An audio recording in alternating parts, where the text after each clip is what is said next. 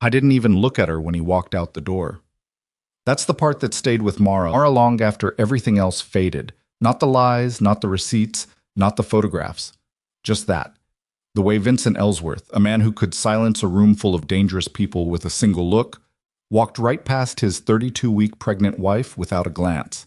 Suitcase in hand, charcoal suit pressed sharp, heading to a resort he had promised her, a Babymoon trip they had planned together. Except the name on the second ticket wasn't hers anymore. It was Celeste's.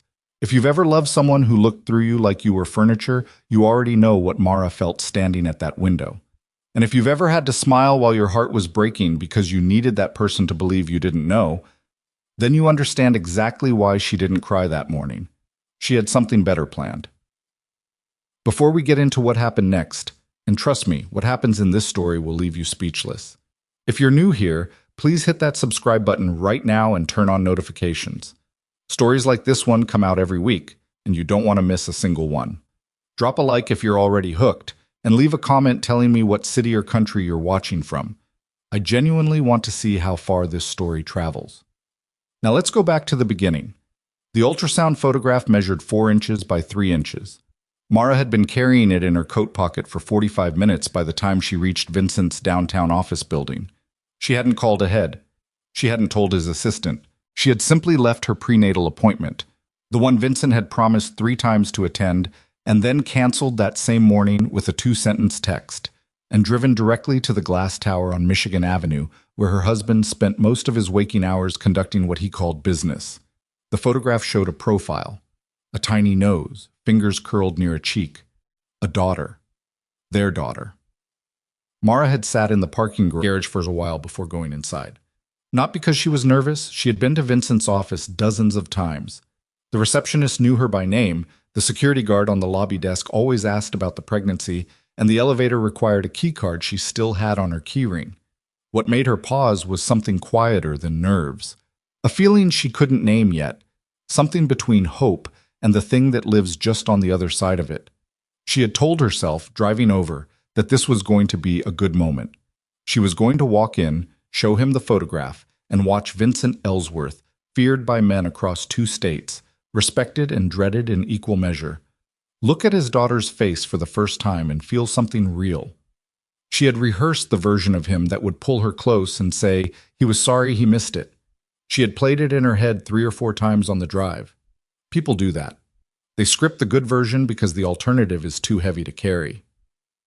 The elevator opened on the 14th floor. The long hallway was quieter than usual. 2 of Vincent's regular associates were stationed near the main conference room, and they gave Mara the small, careful nod they always offered her. Polite but watchful, the way everyone in Vincent's world learned to be. She smiled back and kept walking toward his private office at the end of the corridor. The blinds on the interior window were almost completely closed. Almost. There was a gap, maybe 2 inches, where the slats didn't quite meet. Mara noticed it the way you notice something you weren't looking for, the way your eyes find the one thing in a room that doesn't quite fit. She slowed without fully understanding why. Through that gap, she saw Vincent. He was standing with his back partially toward the window. His jacket was off, draped over the back of his chair. He was holding someone, a woman with dark hair pressed against his chest, his arm wrapped around her shoulders, his chin resting near her temple. Not a quick, professional embrace, not the kind of thing you could dismiss or explain differently if you tried. Long, deliberate, intimate. Mara recognized the woman. Celeste Ward. She worked in some capacity with one of Vincent's legitimate companies. Events coordination, Mara thought, though she had never paid close attention because there had been no reason to. Celeste had been at 2 or 3 work functions Mara attended. She had shaken Mara's hand. She had smiled at her. The photograph in Mara's coat pocket suddenly felt very heavy. She stood in that hallway for what she would later estimate was about 45 seconds. It might have been 2 minutes. Time does strange things to a person in a moment like that. The associates at the far end of the corridor were not looking at her. The hallway was quiet. Inside the office, neither Vincent nor Celeste moved. Mara turned around and walked back to the elevator. She pressed the lobby button. She rode down 14 floors without moving. In the lobby, the security guard started to say something, probably asking about the appointment, asking how she was feeling, and Mara smiled at him. She doesn't remember exactly what she said. Something normal. Something that bought her the 20 feet between the desk and the door without her face doing what her chest was doing. She made it to her car. She sat there for a long time. The photograph was still in her pocket. Here is what Mara did not do. She did not call her mother. She did not call her closest friend, Dana, who would have driven to that office building in 20 minutes flat and made a scene that Vincent's people would have been talking about for years. She did not go back upstairs. She did not sit in the parking garage and fall apart, even though something in her wanted to, even though the ache of it was immediate and enormous, and had a shape she recognized because she had been quietly afraid of it for months, without letting herself look at it directly.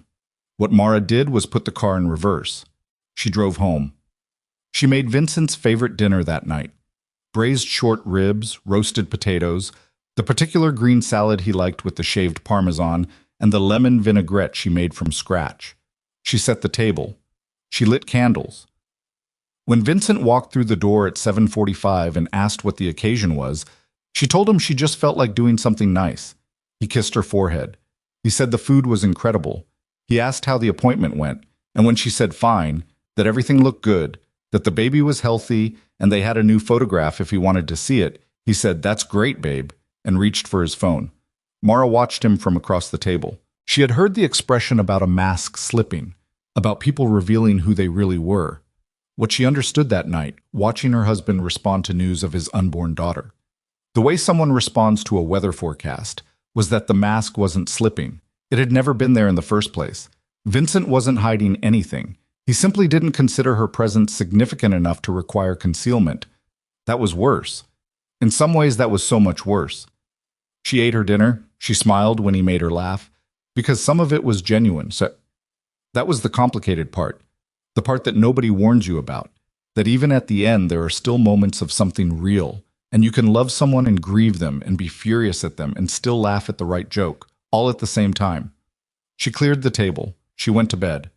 And while Vincent slept beside her, Mara lay in the dark with her hand on her stomach and made a decision. She found Evelyn Rourke the next morning, not through a recommendation from a friend, not through a referral from someone in her social circle, which was tangled enough with Vincent's world that anything she asked for would eventually get back to him.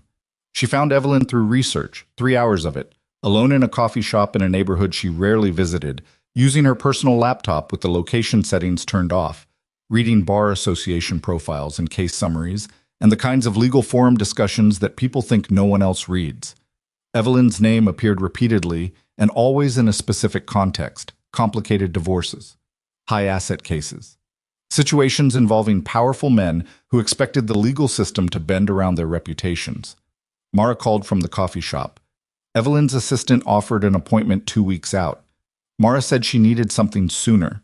Something in her voice, steady, quiet, certain, apparently communicated what words hadn't, because the assistant put her on hold and came back with a Thursday morning slot. Evelyn Rourke was 61 years old, gray-haired, and wore reading glasses on a chain around her neck, the way a person wears something they've long since stopped being self-conscious about. Her office was on the 22nd floor of a building in the Loop, and it was aggressively unimpressive in a way that felt intentional. No artwork designed to intimidate, no oversized desk, no leather chairs arranged to make clients feel small. Just a round table, 4 chairs, a window with a view of the city, and the kind of organized quiet that suggested Evelyn had seen enough drama to stop needing it in her furniture. She listened to Mara for 17 minutes without interrupting. Then she took off her reading glasses and set them on the table. "Tell me what you want," she said. Not what had happened, not what Vincent had done, what Mara wanted. "I want to leave," Mara said. "Safely, with my daughter." Evelyn nodded slowly. "Does he know you're here?" "No." "Does anyone?" "No." Evelyn put her glasses back on. "Good. Let's keep it that way." What followed was not the conversation Mara had half expected, the part where the attorney expressed sympathy and outlined the general process and gave her a brochure. Evelyn was not a brochure kind of attorney. What she did instead was ask very specific questions about Vincent's businesses, the legitimate ones specifically, because those were the ones a divorce settlement could actually touch. She asked about joint accounts, about property held in both names, about documentation, what Mara had access to, what she had already seen, what she could reasonably obtain without raising suspicion. You cannot make a single move, Evelyn told her, until we understand exactly what the marital estate looks like on paper, and you cannot let him know you're looking. I understand. Can you do that? Go home tonight and behave as though nothing has changed? Mara thought about the dinner she had cooked the night before, the candles, the salad, with the lemon vinaigrette. I've been doing it for months, she said. Evelyn studied her for a moment. How far along are you? 32 weeks. And the baby, she's healthy? Yes. Something shifted in Evelyn's expression. Not pity, something closer to respect. Okay, she said, here's what we're going to do. The next 3 months were the longest of Mara's life, and also, in a strange way, the most clarifying. She had always been the kind of person who needed to feel useful. Growing up, she had been the one who organized things, family trips, school projects, her younger sister's birthday parties. She was the person her friends called when something needed to get done because Mara would actually do it, not just say she would. Vincent had called that quality endearing when they first met. Later, he had called it controlling. Later still, he had simply stopped noticing it, the way you stop noticing furniture. It turned out that quality, the planning, the patience, the careful attention to what was actually happening versus what people said was happening, was precisely what the next 3 months required. While Vincent traveled and entertained and disappeared for nights, he explained away with vague references to business. Mara did something she had never done in their marriage. She paid attention. Not to him exactly, to everything around him that was legally and documentably hers. The joint savings account where household money was deposited each month. The property records for the estate and 2 other properties listed under both their names. The receipts from accounts connected to marital funds.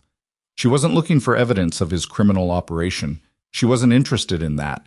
And Evelyn had been clear that anything touching the organization would complicate things in ways neither of them wanted. What Mara was building was simpler and more durable, a precise, documented picture of their legitimate shared life, and how Vincent had been quietly dismantling it. She photographed bank statements. She noted dates of cash withdrawals that didn't match any household expense she could account for. She kept a running document on her personal laptop, which she backed up to a drive she kept in her car, in a bag Vincent had never shown any interest in. Vincent, for his part, made things easier than she expected.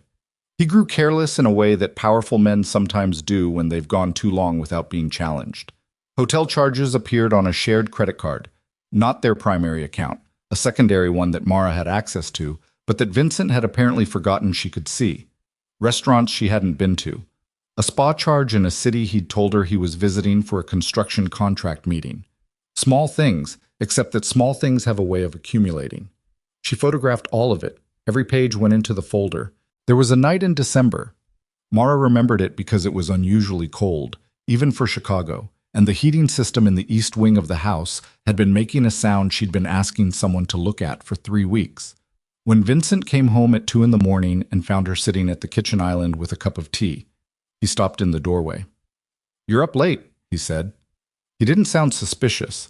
He sounded mildly inconvenienced, the way someone sounds when a light is on in a room they expected to find dark.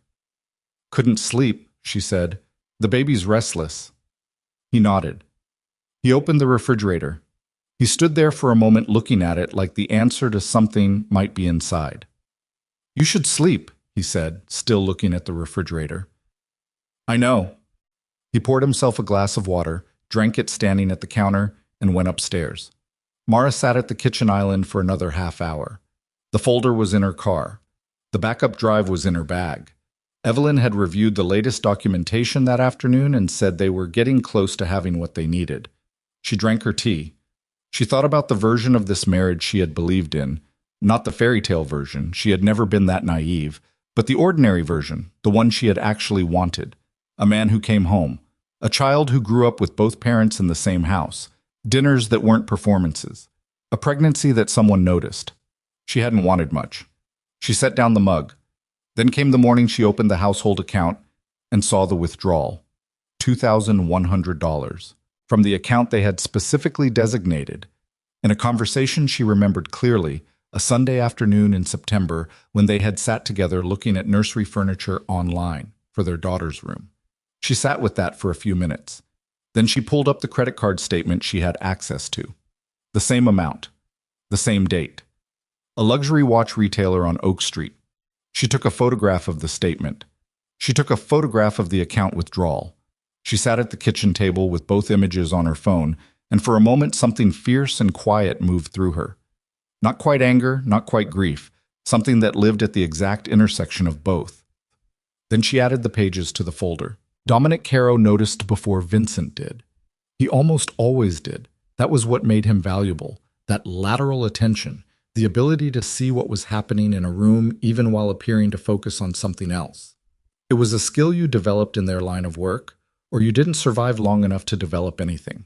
He noticed it first at dinner, a monthly gathering of extended family at the estate, 12 or 14 people around the formal dining table, Vincent holding court at one end while Mara sat at the other.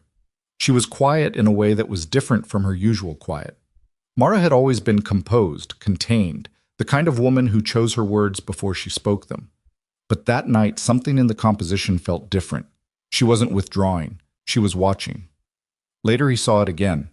Coming through the front gates late one evening, he spotted her on the second-floor landing, looking down at Vincent's returning motorcade through the window. She used to meet him at the door. Now she watched from above, and her expression, visible for just a moment before she stepped back, wasn't waiting. It was assessing.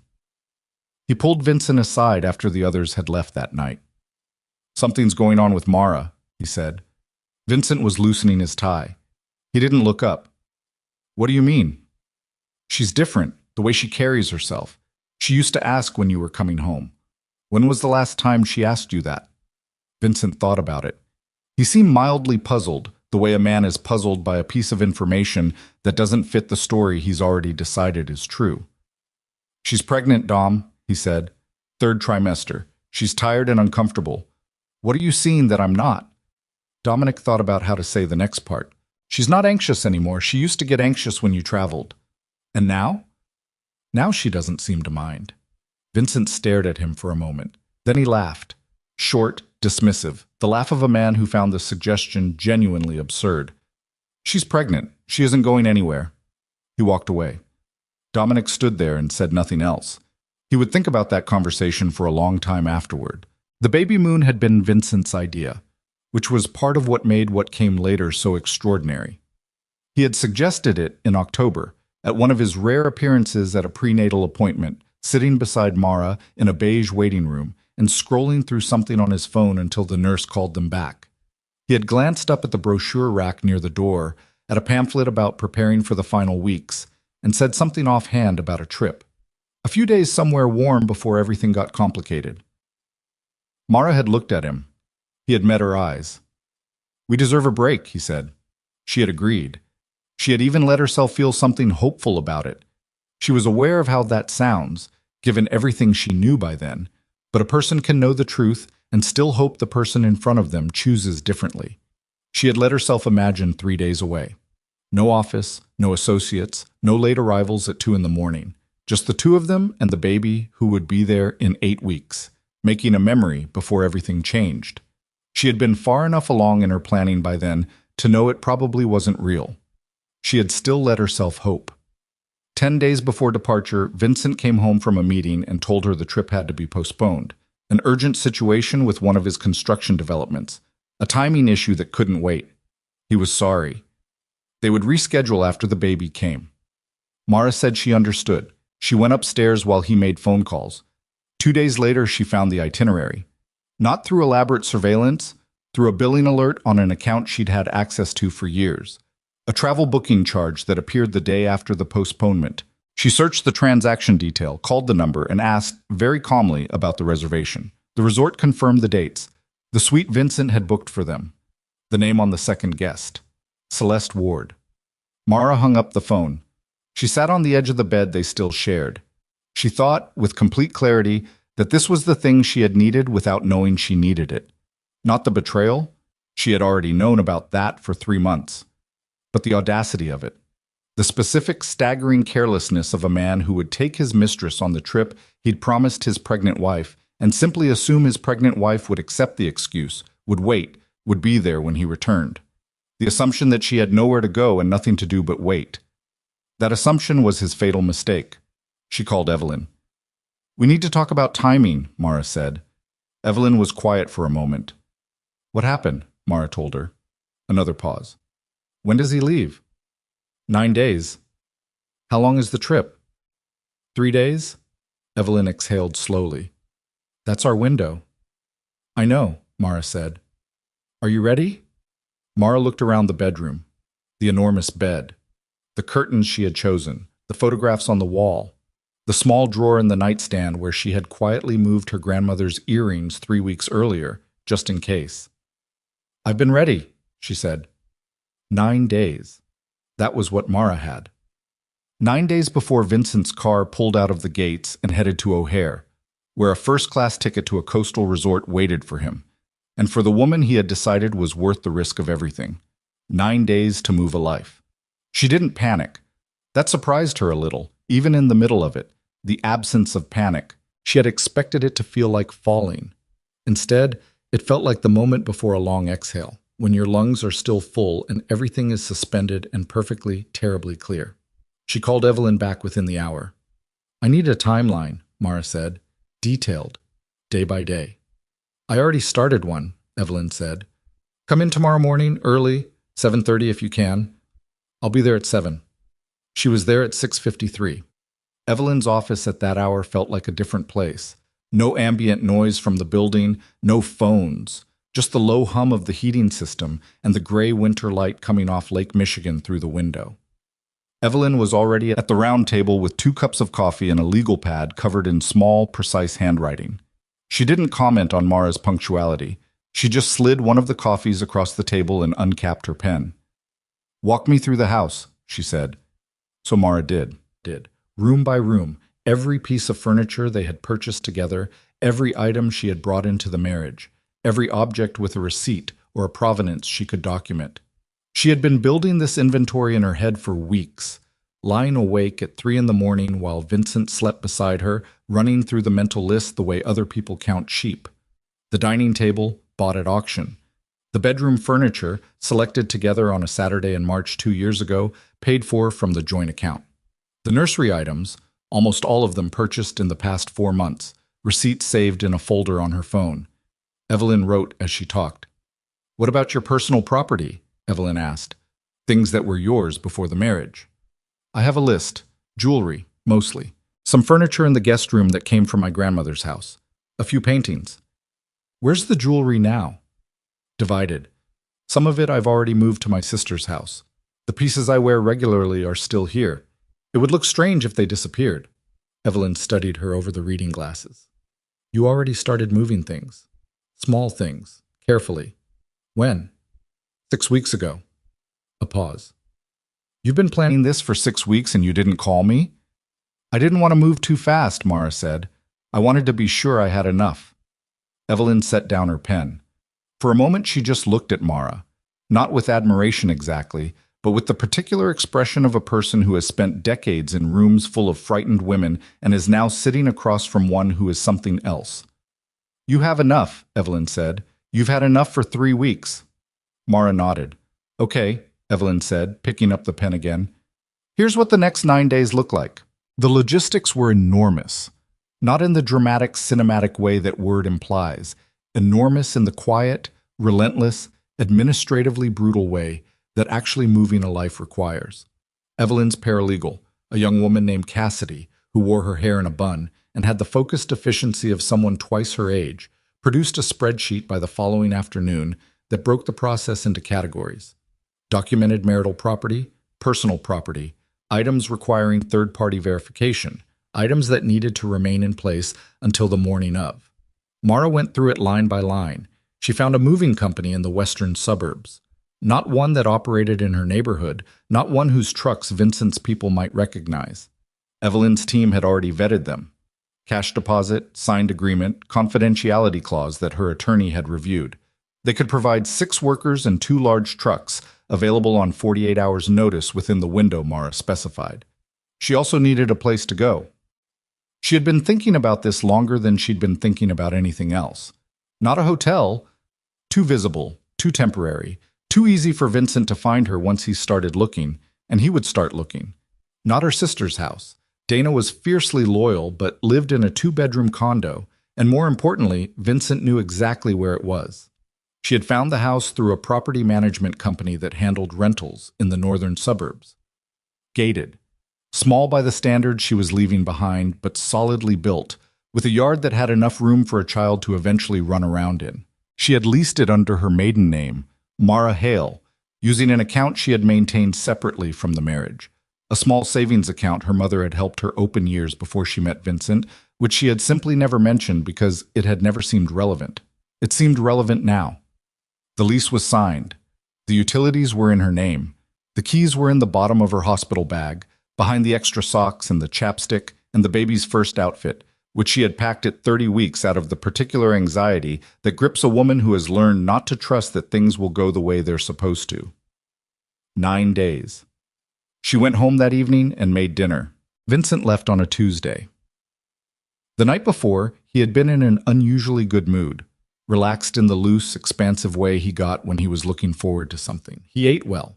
He told her a story about something that had happened at a meeting, something she didn't follow completely because it involved people she didn't know and a situation she wasn't meant to understand.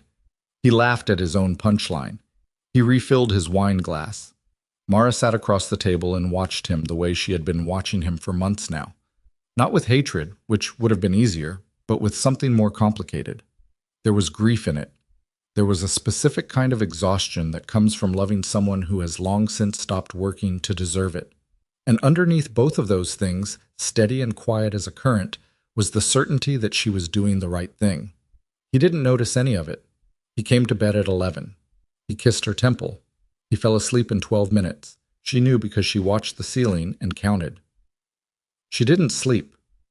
At 4 in the morning, she got up carefully, moved to the small armchair in the corner of the room, and sat there in the dark with her hand on her belly, while her daughter moved slowly, and her husband breathed beside her with the complete unconscious ease of a man who believed, without having thought about it in years, that his world was exactly where he'd left it.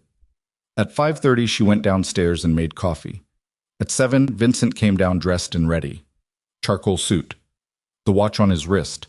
The one purchased with the nursery money, though he didn't know she knew that. He poured himself a coffee, checked his phone, said something about the drive to the airport. "Are you going to be okay?" he asked. It was the reflexive version of the question, the one that doesn't really wait for an answer. "I'll be fine," Mara said. He kissed her forehead. "Stay inside," he told her. "Have Mrs. Pellegrino come if you need anything." Mrs. Pellegrino was their housekeeper. She came 3 days a week. She was 70 and moved slowly and was kind to Mara in the careful, deliberate way that people are kind to someone they can see is not doing well, without knowing how to say so directly. Mara had already spoken to Mrs. Pellegrino. She had given her 3 weeks' wages in cash and told her quietly that she would be leaving and that she didn't need to come during Vincent's absence. Mrs. Pellegrino had looked at her for a long moment, and then she had taken the envelope and said simply, "Take care of yourself and the baby." She had not seemed surprised. Vincent didn't know any of that. He picked up his bag. He walked to the front door where 2 of his men were waiting. Mara stood in the kitchen doorway and watched him go. She did not feel the way she expected to feel. She had thought there might be a last-second swell of something. Regret, grief, the desperate wish that things were different. Instead, she felt the particular quiet of a decision that has already been made, already lived inside of, already worn in until it fits. The front door closed. The black SUV rolled down the driveway. The iron gate swung open, then shut. She stood at the kitchen window and watched the vehicle until it turned the corner and disappeared. Then she picked up her phone and made the call. "It's time," she said. The moving trucks arrived 90 minutes later. 6 men, efficient, quiet, professional in the way that people are professional. When they have been told this job requires discretion, and they take that seriously. The lead mover was a broad-shouldered man named Ray, who shook Mara's hand, reviewed the inventory list Cassidy had prepared, and asked exactly 2 questions. Where do you want us to start, and where do the items go that are flagged for storage versus the new address? Start with the nursery, Mara said. She hadn't planned to say that first. It came out before she'd thought about it. Ray nodded and sent 2 of his men upstairs. Mara stayed in the kitchen while they worked the upper floors. She had things to do down here. The formal dining room, The sideboard her grandmother had given them as a wedding gift, the photographs on the hallway walls. She moved through the work steadily, directing the men, checking items against the inventory, wrapping things herself that she didn't want handled carelessly. It was during the second hour that she went upstairs. The nursery was already half empty.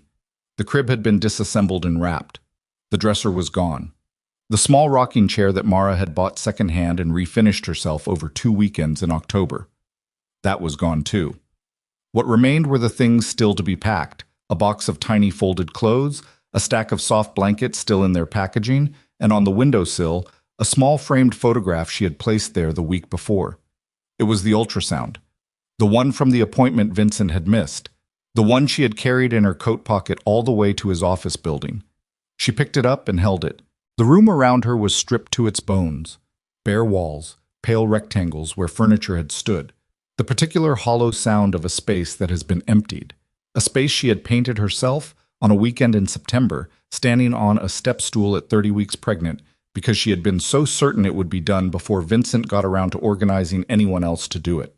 She had chosen the color, a soft, warm white that was barely a color at all, the kind of white that changes with the light throughout the day. She had done 2 coats. Her back had ached for 3 days afterward. She sat down on the floor. Not because her legs gave out, just because she needed to be low to the ground for a minute. She sat with her back against the wall and the ultrasound photograph in both hands, and she let herself feel it, all of it, the whole accumulated weight of the past 3 months, and the 6 years before that, and the specific grief of this room, this empty room where she had planned so carefully for a daughter who deserved better than what her father was going to give her. The tears came. Not the gasping, overwhelmed kind. The quiet kind. The kind that fall because a body has been holding something heavy for a very long time and finally gets a moment where nobody is watching. She sat there for a while. Then she wiped her face with the back of her hand. She stood up. She put the photograph carefully in the box with the blankets, and she went back downstairs to finish the work. By 2 in the afternoon, the formal rooms were done. The dining room that had hosted 30 people at Vincent's family gathering stood empty, the long table gone.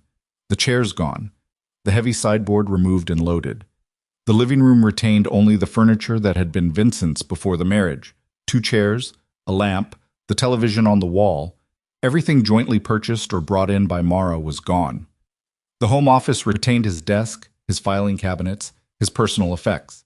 Everything else, her books, her small printer, the framed photograph of her parents that had sat on the corner shelf for 5 years, was boxed. Ray found her in the kitchen at 3:15. "Teen, we're ahead of schedule," he said. "You have a list of what stays?" "I do." She handed him the final page, a precise inventory of what was to remain, everything verified against the legal documentation Evelyn's team had approved. "Whatever's not on the removal list stays exactly where it is." He nodded. He looked around the kitchen, which had been stripped of everything movable except the appliances and the marble island itself. "You need more time in here?" he asked. "No." She looked at the island. Then she crossed to the kitchen counter, picked up the thick black folder she had carried from the car that morning, and set it in the center of the marble surface. She smoothed it once with her palm. "We're done here," she said. That evening, while Ray's crew loaded the last items into the second truck and the estate stood around her in its strange, echoing emptiness, Evelyn called, "Everything out?"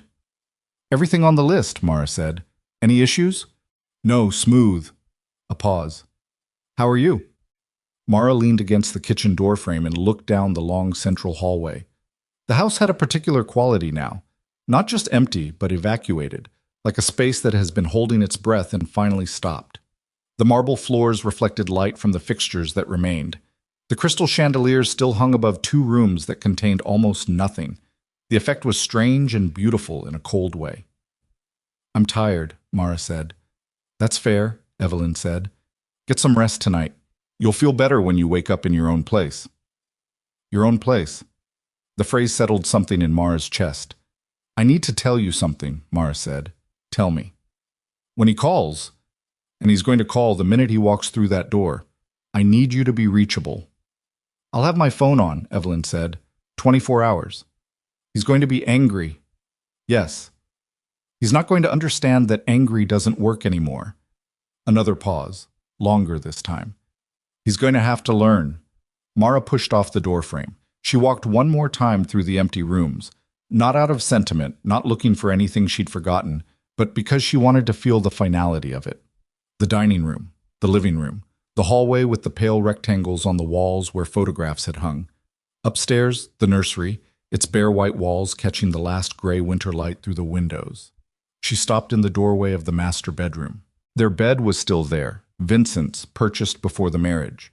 The nightstand on his side, the curtains she had chosen, which she had decided to leave because they felt too intimate to want back. She thought about all the mornings she had woken up in this room and talked herself into believing things were fine. All the time she had heard him come in late and told herself it was business.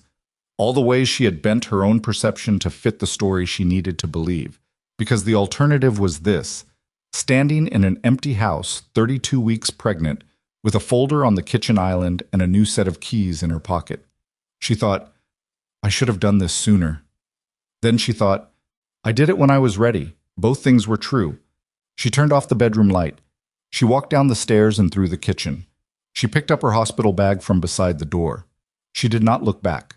The new house was 40 minutes north, in a neighborhood quiet enough that she could hear the wind moving through the bare trees when she stepped out of the car.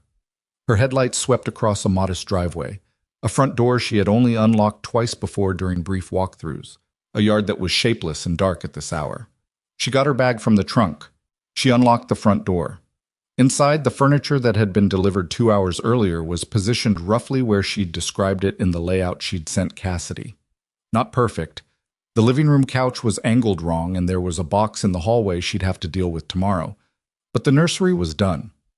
Ray's crew had assembled the crib before they left, placed the small dresser against the wall, set the rocking chair in the corner. Mara stood in the nursery doorway. The room smelled like fresh paint from the coat she'd arranged to have applied last week, the same soft white she had chosen for the nursery at the estate. She had measured the walls from memory and ordered enough. She crossed the room and set the framed ultrasound on the windowsill. She stood there for a while. Then she went to the kitchen, found the box marked kettle, mugs, opened it, made herself a cup of tea, and sat at the small kitchen table in the particular silence of a place that had not yet learned the sound of its own occupant. She was tired in a way that went past her bones.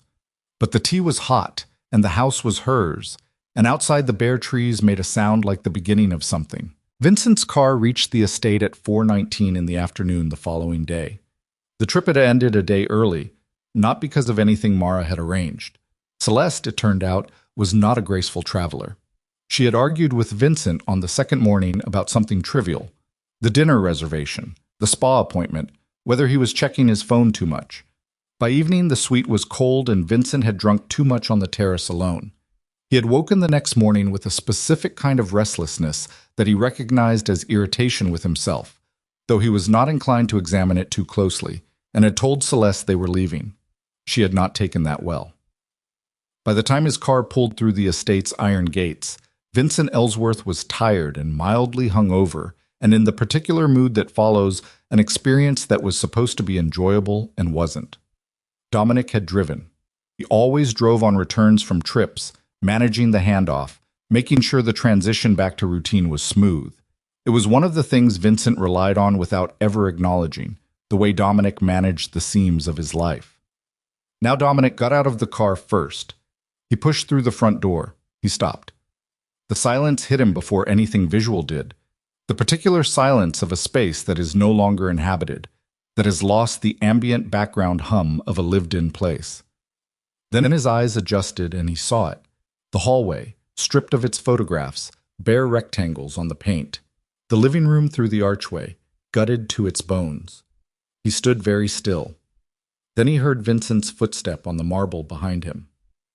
Dom. Vincent's voice, already edged with something. He had felt the silence too. What? He stopped. He walked past Dominic. He moved from room to room the way a person moves through a nightmare, steady, almost calm, as if some part of the brain refuses to process what the eyes are sending.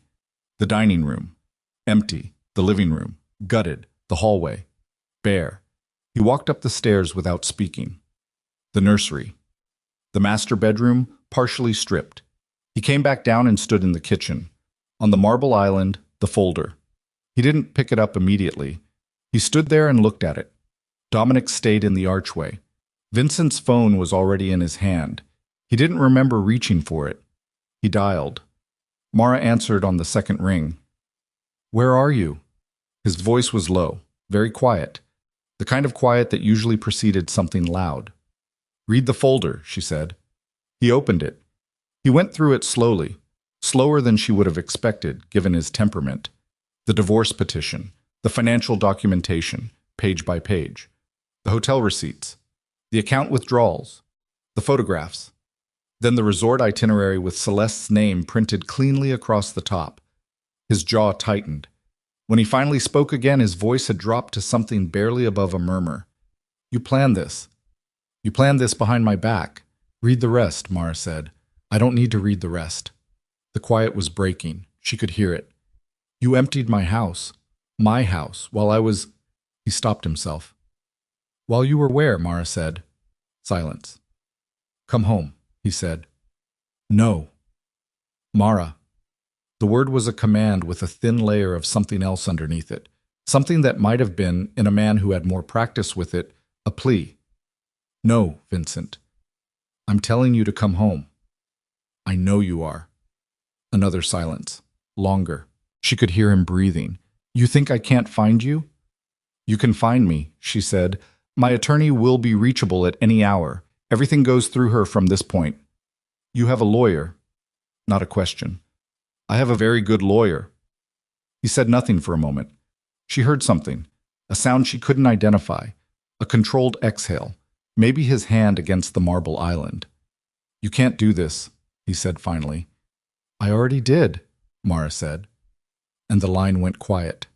She sat at her small kitchen table in the house that was hers, with her hand flat on the surface, feeling her pulse in her fingertips, steady and deliberate as a clock. And she waited until she was certain he had hung up before she set the phone down. Through the window, the bare trees moved in the wind. In the kitchen of the estate 40 minutes south, Vincent Ellsworth stood alone in the middle of his gutted house, the folder open in front of him, Celeste's name on the itinerary staring back at him. And for the first time in a very long time, possibly the first time in his adult life, he did not know what to do next. Dominic appeared in the archway. He looked at his boss, at the empty rooms visible beyond, at the folder. He didn't say anything. He didn't need to. Vincent looked up. "Get Graham on the phone," he said. His voice was back under control. Hard, cold. "Already calling," Dominic said quietly. But his eyes moved to the folder on the island, and then to the marble where it sat, in the exact center, precisely placed. And he understood what that placement meant. It wasn't careless. It wasn't the gesture of someone running. It was the gesture of someone who had been planning this for long enough to think about where the folder would land. He had warned Vincent. He hadn't warned him loudly enough. Graham Voss, Vincent's attorney, answered on the first ring. He was always on the first ring. "There's a divorce petition," Vincent said. A pause from Graham. Brief, professional. "I'll need to review whatever was served. It's here, in my kitchen. I can be there in 40 minutes. 20, Vincent said. He hung up. He stood in the silence of the gutted house for another moment. The chandeliers above him still hung in place. The marble floors were still polished. The structure itself was unchanged. But the life that had filled it, every evidence of Mara's presence, every piece of the ordinary domestic world she had built inside his empire, was gone. He picked up the folder. He looked at the resort itinerary one more time. He set it back down. He pulled out a chair at the marble island and sat down. And in the hush of the empty house, with the winter light coming gray through the tall windows, Vincent Ellsworth began to understand, for the first time, the precise and irreversible cost of the thing he had done. Graham Voss arrived in 23 minutes. Not 20. He had pushed it, clearly. His tie was slightly off-center in a way that Graham, who was meticulous about his appearance to the point of compulsion, would not have permitted under ordinary circumstances. He came through the front door with his briefcase already open, his reading glasses in his hand, and stopped for exactly 2 seconds when he saw the hallway. 2 seconds. Then he composed himself and kept walking. That was what Vincent paid him for, among other things. The ability to walk into a gutted mansion and look like he had expected to find it exactly this way. "Show me what was served," Graham said. Vincent slid the folder across the marble island. Graham read standing up. He turned pages with the methodical patience of a man who had learned long ago that speed in this context was not a virtue. Vincent watched him from across the island with his arms crossed and the particular stillness he deployed when he was containing something large. Dominic stood near the archway to the hallway. He had not left. He would not leave until Vincent told him to, and Vincent hadn't thought about it yet. Graham reached the financial documentation. He slowed. He went back 2 pages and read something again. His expression didn't change. It was a professionally neutral face, constructed over decades. But his hand paused on the page for a fraction longer than it had been pausing. "These account records," Graham said. "How did she get these?" "She had access." "To all of these?" Vincent's jaw tightened slightly. "Apparently." Graham set down the page. He picked up the hotel receipts. He looked at those for a while without comment. Then he placed them carefully back in the folder and took off his reading glasses and held them loosely in one hand. "Vincent," he said, "don't. I need you to hear something." "I said don't." Graham set his glasses on the island. He put both hands flat on the marble, a posture that said, "I am not moving until this is said." "The documentation in this folder is thorough, more thorough than I would expect from someone who put this together in a hurry." "She didn't put it together in a hurry." "No." Graham's voice was even. "She didn't, which means she has been building this for how long?" Vincent said nothing. "Months," Dominic said quietly from the archway. Both men looked at him. Dominic didn't flinch. "I told you, 3 months ago. I told you something was different." "Dom." Vincent's voice carried a single note of warning. "I'm not wrong," Dominic said. "Not challenging. Just stating it, the way a person states a fact they know will cost them something." Graham looked between them and had the good sense not to speak for a moment. Then, "The petition was filed in Cook County. The attorney of record is Evelyn Rourke." Something moved across Vincent's face, gone in an instant, but Dominic caught it. "You know her," Dominic said. "I know of her," Vincent said. Graham nodded slowly. "Then you understand what we're dealing with. Evelyn Rourke doesn't take cases she hasn't already won on paper. By the time she files, the preparation is done." He paused. "She will have anticipated every move we make." "Every move you make," Vincent said, "is predicated on what I tell you to do. So tell me what I can do." Graham was quiet for a moment that stretched uncomfortably. "Legally," he said, "we can challenge the property removal. Some of what was taken may exceed what she was entitled to without a court order. We can file for an emergency hearing. Do it. But I need to be honest with you about the strength of that challenge. If Rourke's team documented everything before removal, and based on the preparation I see here they did, a challenge will be expensive, time-consuming, and unlikely to produce a result that justifies, I said do it." Graham picked up his glasses, put them in his pocket. "All right." He closed the folder and tucked it under his arm. "I'll need everything you have on the joint assets, account records, property deeds, business distributions that pass through marital accounts. Cassandra has all of that. I'll need it tonight. You'll have it within the hour." Graham nodded. He picked up his briefcase. He looked for just a moment at the empty room visible through the archway, the dining room, stripped to its floor and walls. Then he looked back at Vincent. "One more thing," he said. "What?" "The woman in those receipts." He didn't say Celeste's name. He didn't need to. "She needs to be completely unreachable for the duration of this process. No contact, no communication through intermediaries, nothing that can be subpoenaed or photographed or witnessed." Vincent stared at him. "I understand you have a personal situation," Graham said carefully. "I'm not asking you to manage it today. I'm asking you to understand that any contact with her that occurs during active divorce proceedings becomes part of the record. She's not going to talk. She doesn't have to talk. She just has to exist in the wrong place at the wrong time." Graham met his eyes. "Can you manage that?" A pause that lasted 4 full seconds. "Yes," Vincent said.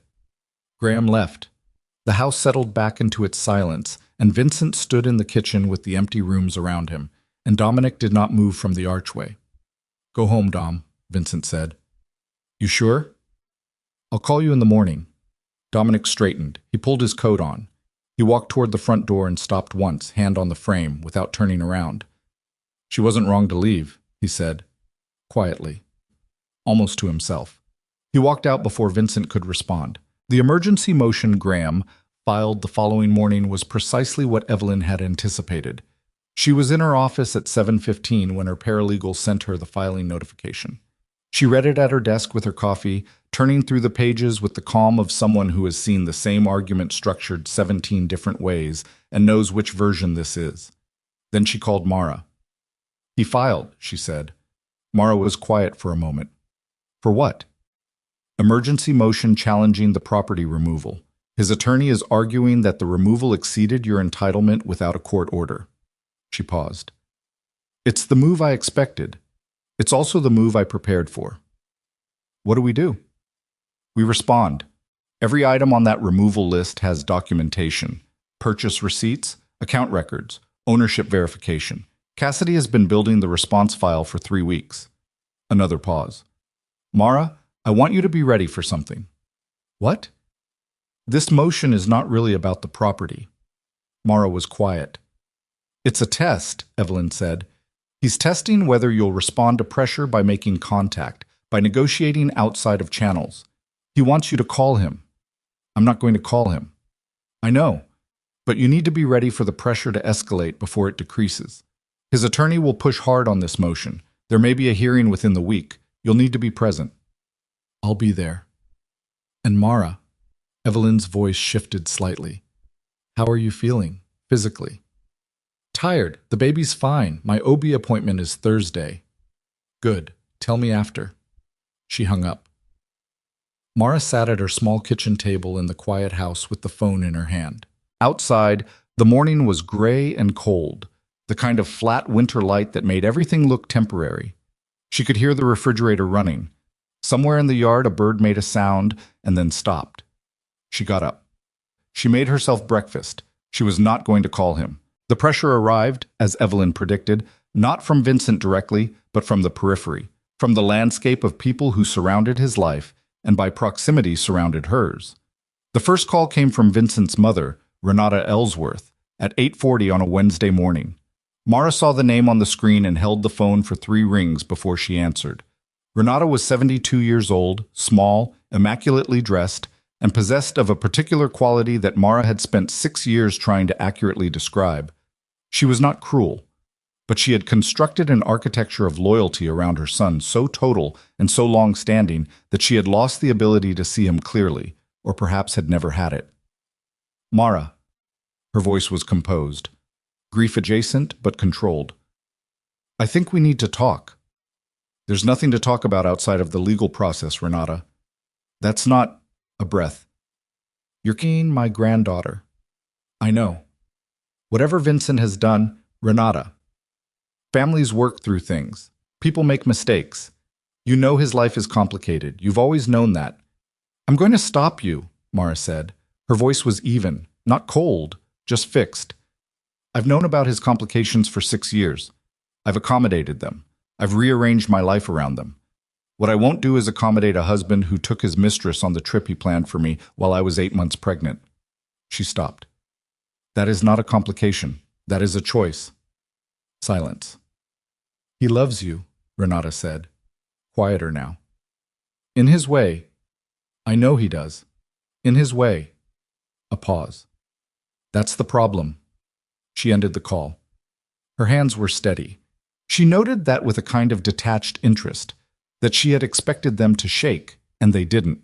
She wrote the call down in a log she had been keeping at Evelyn's instruction. Date, time, caller, summary of content. Every contact attempt documented. The second approach was less gentle. 4 days after the emergency motion was filed, Mara was leaving her OB's office in the early afternoon when she found a man she didn't recognize standing near her car in the parking structure. Not blocking it, just standing close enough that his proximity was a statement. He was large and wore a dark jacket, and he had the specific quality of stillness that she had learned, in 6 years of marriage, to associate with men who worked for Vincent. He didn't speak to her. He didn't need to.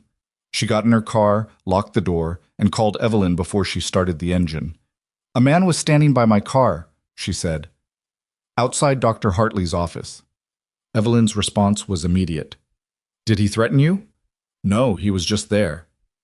Did you recognize him? No. A pause. Are you in your car? Yes. Drive to your house. Don't stop anywhere. Call me when you're inside. Mara drove. The man had not followed.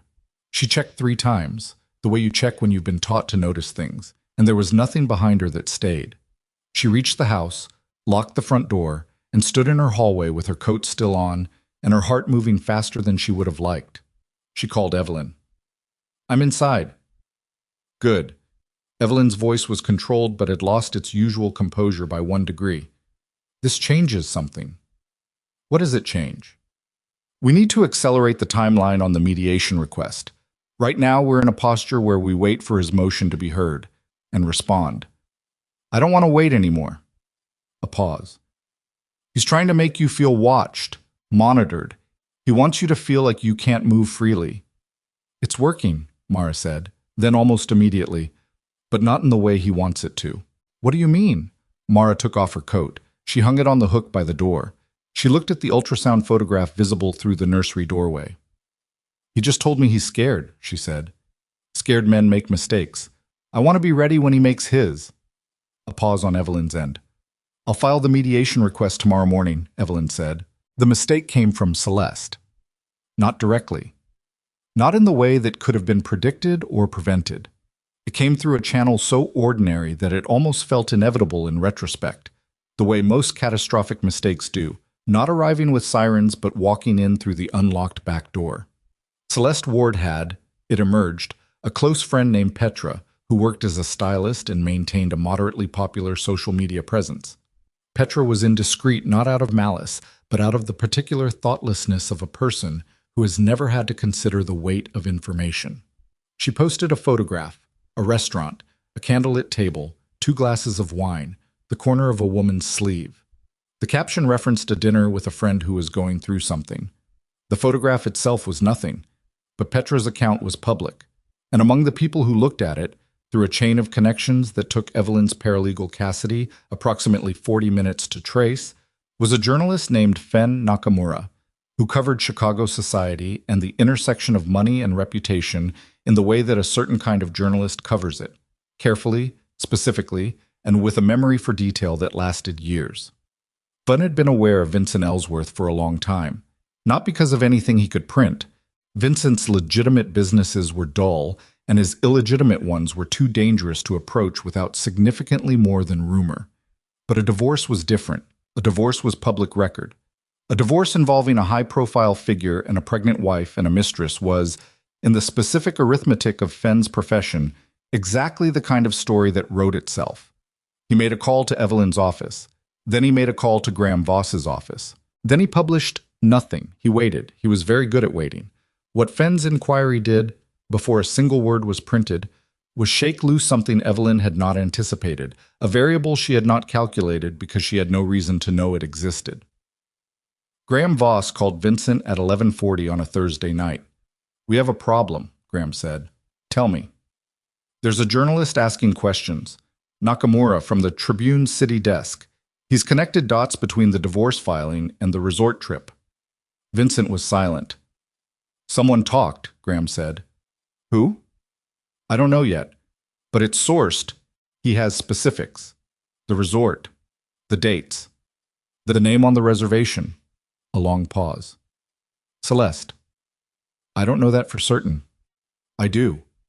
Vincent's voice had gone to the particular flatness that Dominic recognized and feared. Get her on the phone, tonight. Vincent, I strongly advise you not to. That's not what I asked you. A silence. All right, but I need you to understand that any direct contact with her becomes, Graham. 1 word. The conversation was over. He called Celeste from a phone that wasn't his primary number. She answered on the 4th ring, her voice carrying the particular quality of someone who had been awake but was pretending she hadn't been. Did you talk to someone? He said. Not a question. Vincent, a journalist, Nakamura. Did you talk to him? I didn't. Her voice shifted. I didn't talk to any journalist. I don't even know who that is. Did Petra? Silence. That silence was its own answer. Celeste. She didn't tell anyone anything. The words came fast now, defensive. She posted a photo. One photo. She didn't say names. She didn't say anything specific. She was just, stop. His voice was absolutely flat. Stop talking. She stopped. Delete everything. Every post, every message, everything on every account that touches this. Do it tonight. You can't. Tonight. He hung up. He sat in the dark of his home office.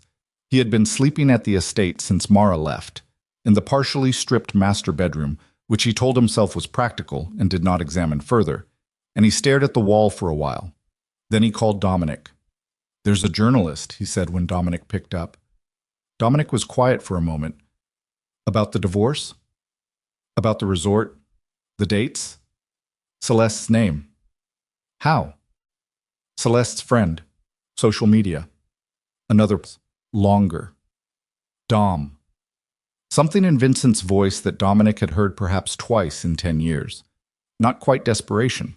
Something adjacent to it. If this becomes public, I know. It can't become public. Not now. Not with... He stopped. The timing. Dominic understood without being told what the timing meant. Within the organization, a public divorce was one thing. Men in Vincent's position separated from their wives periodically. It happened, it was absorbed, life went on. But a divorce driven by documented infidelity, printed in a newspaper, with a pregnant wife and a mistress named explicitly, that was something different. That had the specific shape of weakness. And weakness, in the world Vincent operated in, was not an abstract concept. I'll make some calls, Dominic said. Be careful. I'm always careful. He hung up. Vincent set the phone on his desk. He was quiet for a long time. And then, in a decision that he would recognize later as the most consequential mistake he made in the entire span of this disaster. More consequential than the affair, more consequential than the resort, more consequential than standing in his gutted house calling a woman who had already left. He picked up the phone again and dialed a number that he should not have dialed. Not Celeste, not Graham, not Dominic. He dialed Mara. Her phone lit up at 12:17 in the morning. She had been asleep, not deeply, the way she hadn't been deeply asleep for weeks, but the particular surface-level rest of a pregnant woman who had learned to take what she could get. She saw the number and sat up. She answered. You need to call your attorney, Vincent said immediately. She was quiet, adjusting to wakefulness, to the sound of his voice at this hour. There's a journalist. He's going to try to contact you. He has information about the divorce filing, and he's going to... Vincent. Her voice was still rough with sleep, but her mind was moving. Why are you calling me about this at midnight? Because it affects you. Everything that happens in this process affects me. That's what attorneys are for. Mara. A breath. If this gets into the papers, if Nakamura runs something, it will not only affect me. You understand that. Your name is in the petition. The baby's... Stop. She was sitting up fully now, her back against the headboard, her hand on her belly. Stop using the baby. I'm not using... You called me because you're panicking, not because you're worried about me. She paused. Why is there a journalist? What happened? A silence that told her everything. Celeste, she said. Nothing from his end. Something connected to Celeste got out, and now you're exposed and you're scared, and you called me because you thought... She stopped. Her voice when it came back was not angry. It was something colder and more final. What did you think I would do, Vincent? Help you manage it? I thought you would want to know. I want you to never call me directly again. Her voice didn't waver. I want everything through Evelyn. I don't care what time it is. I don't care how urgent it feels. Everything through my attorney. Mara, and for the record, she said, I've already talked to Evelyn about Nakamura. She called me this afternoon. I've been ahead of this longer than you have. A long silence. You already knew, he said. I know most things, she said. That's what happens when someone stops paying attention to you. You start paying attention to everything. She hung up. She sat in the dark for a moment. Then she reached for her phone again and texted Evelyn. He called. Midnight. I'm fine. Let's talk in the morning. She put the phone face down on the nightstand. She lay back. She did not fall back asleep immediately. She lay there in the dark of a house that was still learning her shape, listening to the silence, and thought about the sound of Vincent's voice. Not the words, but the texture of it, that edge of something unfamiliar in a man she had believed incapable of uncertainty. He was afraid. She understood, with a clarity that arrived slowly, and then all at once, that this was the pivot, not the empty house, not the folder on the island, not even the divorce filing. This midnight phone call, a powerful man calling his estranged pregnant wife in a panic because a journalist was asking questions, and his mistress's friend had posted a photograph. This was the moment the ground shifted beneath him, because fear made Vincent Ellsworth reach for the person he trusted most, and the person he trusted most had already left. The hearing on Graham's emergency property motion was scheduled for a Tuesday morning in a courtroom on the 4th floor of the Daily Center. Mara arrived with Evelyn at 8:50. She wore a dark coat she had owned before the marriage, and her hair was pulled back simply, and she looked neither diminished nor performatively strong. She looked, Evelyn had told her, like exactly what she was, a woman in her 3rd trimester who was handling her business. Graham Voss arrived with Vincent at 9:02. Vincent wore a dark suit and said nothing when he saw her. He took his seat at the opposing table. He did not look at her after the initial moment of entry, and she did not look at him. This was not an agreement they had made. It was something they both understood without discussion. The hearing lasted 47 minutes. Evelyn presented the documentation, purchase records, account histories, verification of ownership for every item on the removal list. Each page was cross-referenced with the corresponding marital financial record. She prepared material. Graham challenged 6 items. Evelyn had receipts for all 6. Graham's challenge to 2 of them held some technical merit, and the judge noted it. But the judge also noted the comprehensiveness of the documentation and the absence of any improper removal of items that could be reasonably contested. The motion was largely denied. 2 items, a set of crystal decanters and a particular lamp from the front hallway, both of which Evelyn privately acknowledged were borderline, were ordered, returned, or compensated at assessed value. Graham received that outcome with the composed professionalism of a man who had expected it and billed his client accordingly. Vincent did not react visibly in the courtroom. In the hallway afterward, as Mara and Evelyn moved toward the elevator, she heard his footstep behind her. Mara. Evelyn put a hand on her arm. Mara stopped. She turned. Vincent stood 4 feet away. Graham was beside him, a hand already slightly raised in the professional gesture of an attorney trying to prevent his client from doing exactly what his client was about to do. I need 5 minutes, Vincent said. Everything through your attorney, Mara said. I'm not asking as a party in a legal proceeding. His voice was careful, controlled. Not the midnight panic of the phone call. The daytime version of him, composed, direct. I'm asking as the father of your daughter. Something in her chest tightened. It was the first time he had called himself that. Not the baby. Not our situation. The father of your daughter. Evelyn said quietly, You don't have to. Mara looked at Vincent for a moment. 5 minutes, she said. In the hallway. Evelyn stays. Graham started to object, and Vincent cut him off with a look. They stood in the courthouse hallway. Marble floors, fluorescent light, the ambient noise of a public building, and Vincent looked at her with an expression she had not seen on him before. Not the marble composure of his professional life. Not the ease of a man at home in his own house. Something stripped of all of that. Something that had been waiting, possibly for years, behind the tailored suit and the reputation and the practiced authority. I didn't know you saw us, he said. That day at the office. She had told him during the midnight call, told him she knew, not told him what she'd seen. The specifics he was naming now were guesswork, but his guesswork was right. The blinds were open 2 inches, she said. He absorbed that. You came to show me the ultrasound. Yes. And then you drove home. Yes. And you made dinner. Yes. He was quiet for a moment. How long did you know before you... He gestured vaguely toward the courtroom behind them. 3 months. He closed his eyes briefly, opened them. I want you to know something. Vincent, let me. His voice was rough in a way she hadn't heard before. Not from anger, from something else. I want you to know that she wasn't... He stopped. Tried again. She didn't mean what you were. To me. Mara looked at him. I know, she said. He blinked. That's not a comfort, she said. It's not a comfort to know that the woman you chose wasn't as important to you as I was. Because you still chose her. You still made the reservation in her name. You still kissed my forehead and lied to my face for 3 months. She paused. Her voice was even. The size of what I meant to you did not protect me. He said nothing. The elevator opened behind her. She turned and walked toward it, Evelyn at her side, and did not look back.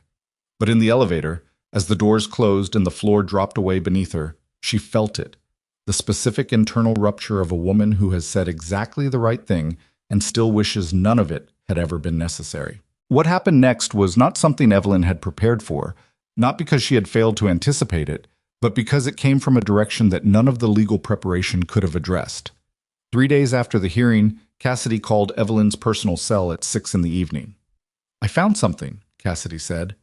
Her voice had the particular quality of someone who has been sitting with a piece of information long enough to understand how significant it is. Tell me.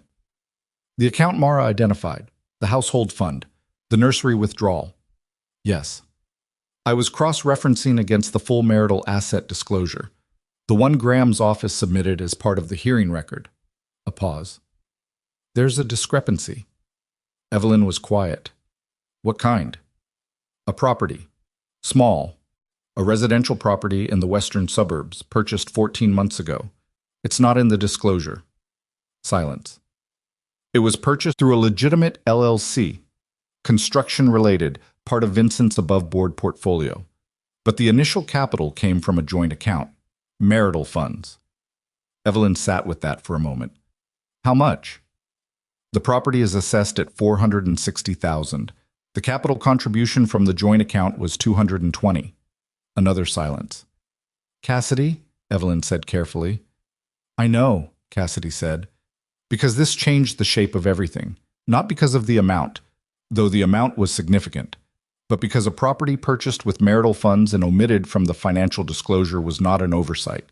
An oversight was a forgotten savings bond. An oversight was a misclassified account. A residential property purchased 14 months ago, transferred through a legitimate business entity, and absent from a court-ordered disclosure was not an oversight. It was concealment. And concealment in the context of active divorce proceedings and a court-ordered financial disclosure was not a civil matter. It was potentially a criminal one. Evelyn called Mara. I need you to come in tomorrow, she said. Early. What happened?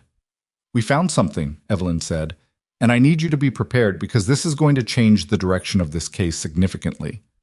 Good or bad?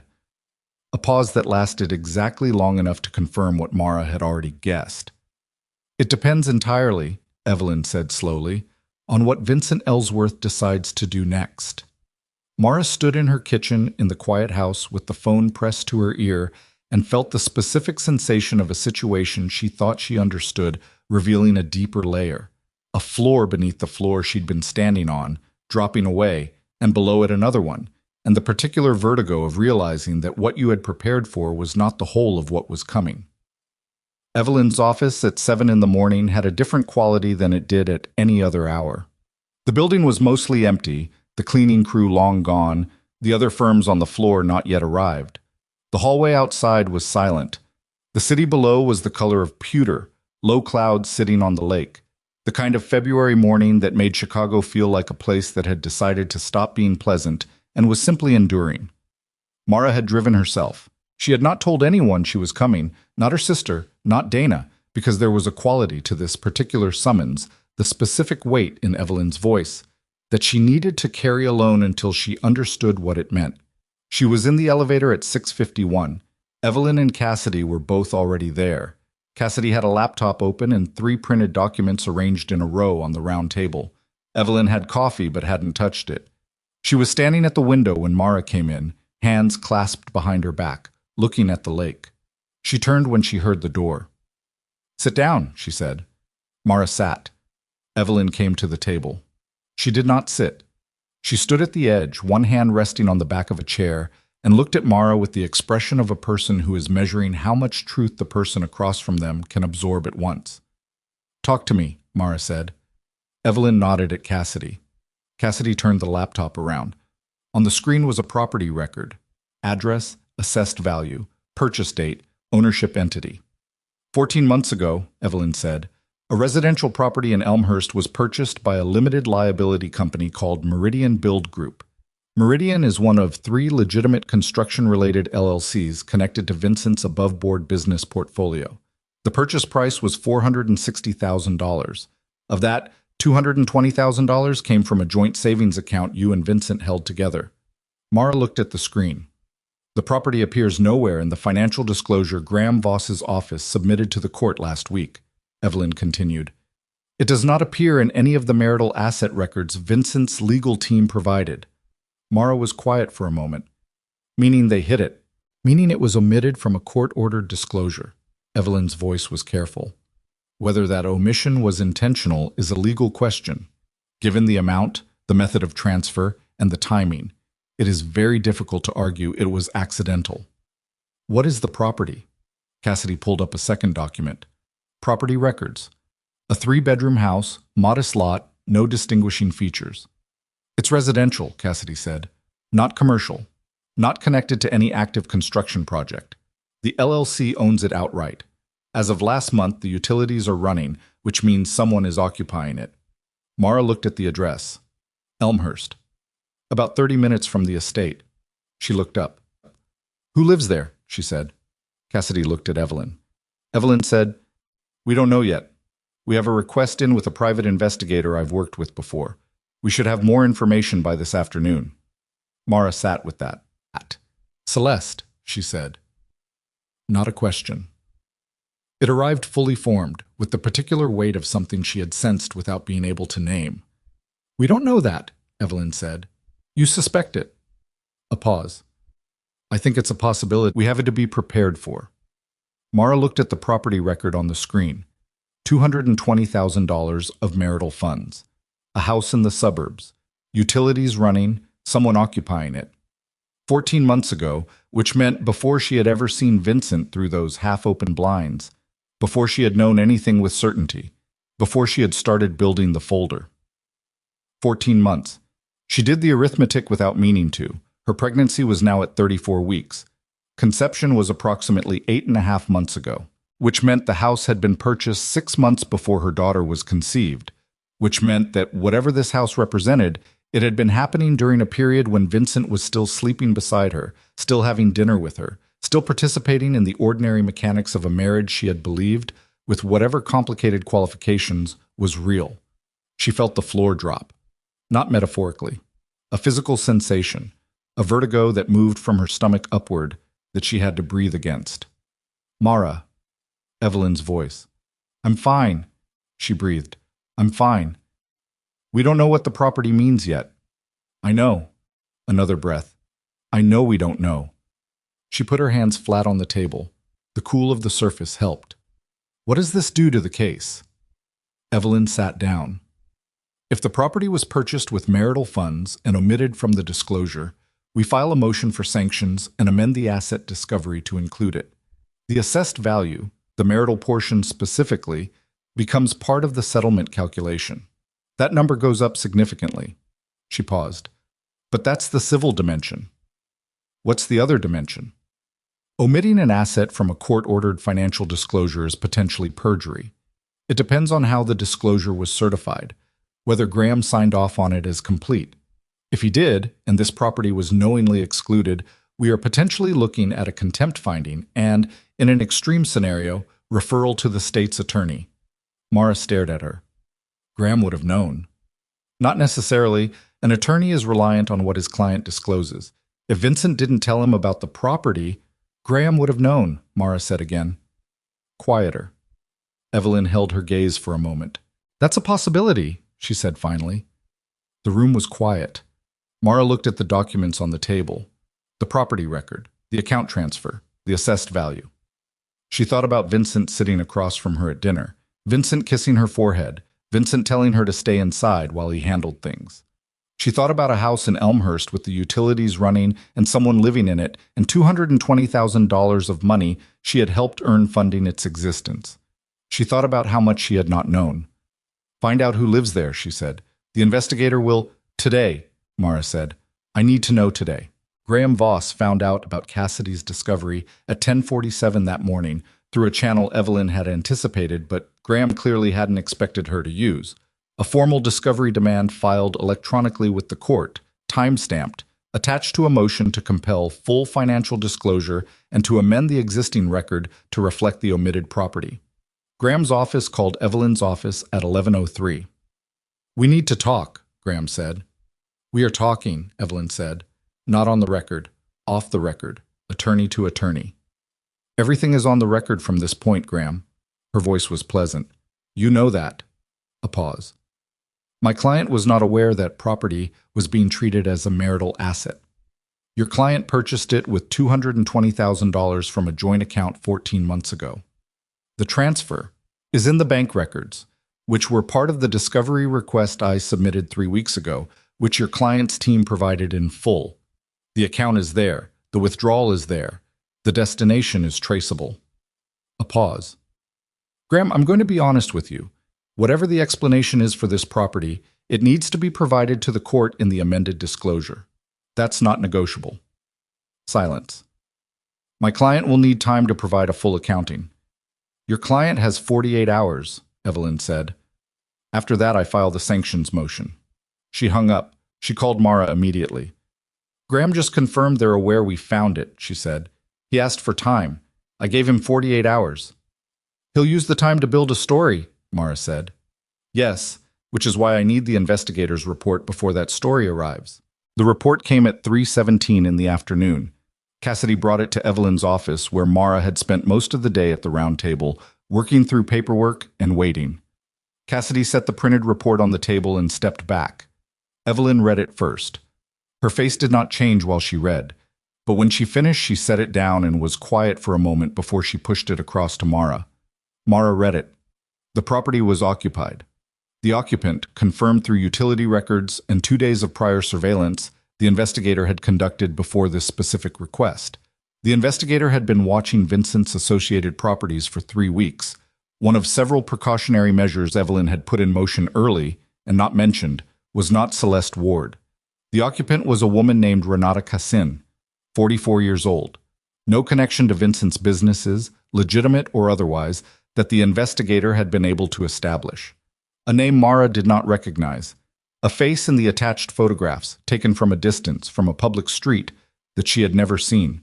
She read through the biographical details. She stopped. She read one line again. She looked up at Evelyn. "She has a child," Mara said. Her voice came out flat. Not from control, from shock. "She has a 2-year-old. Evelyn said nothing.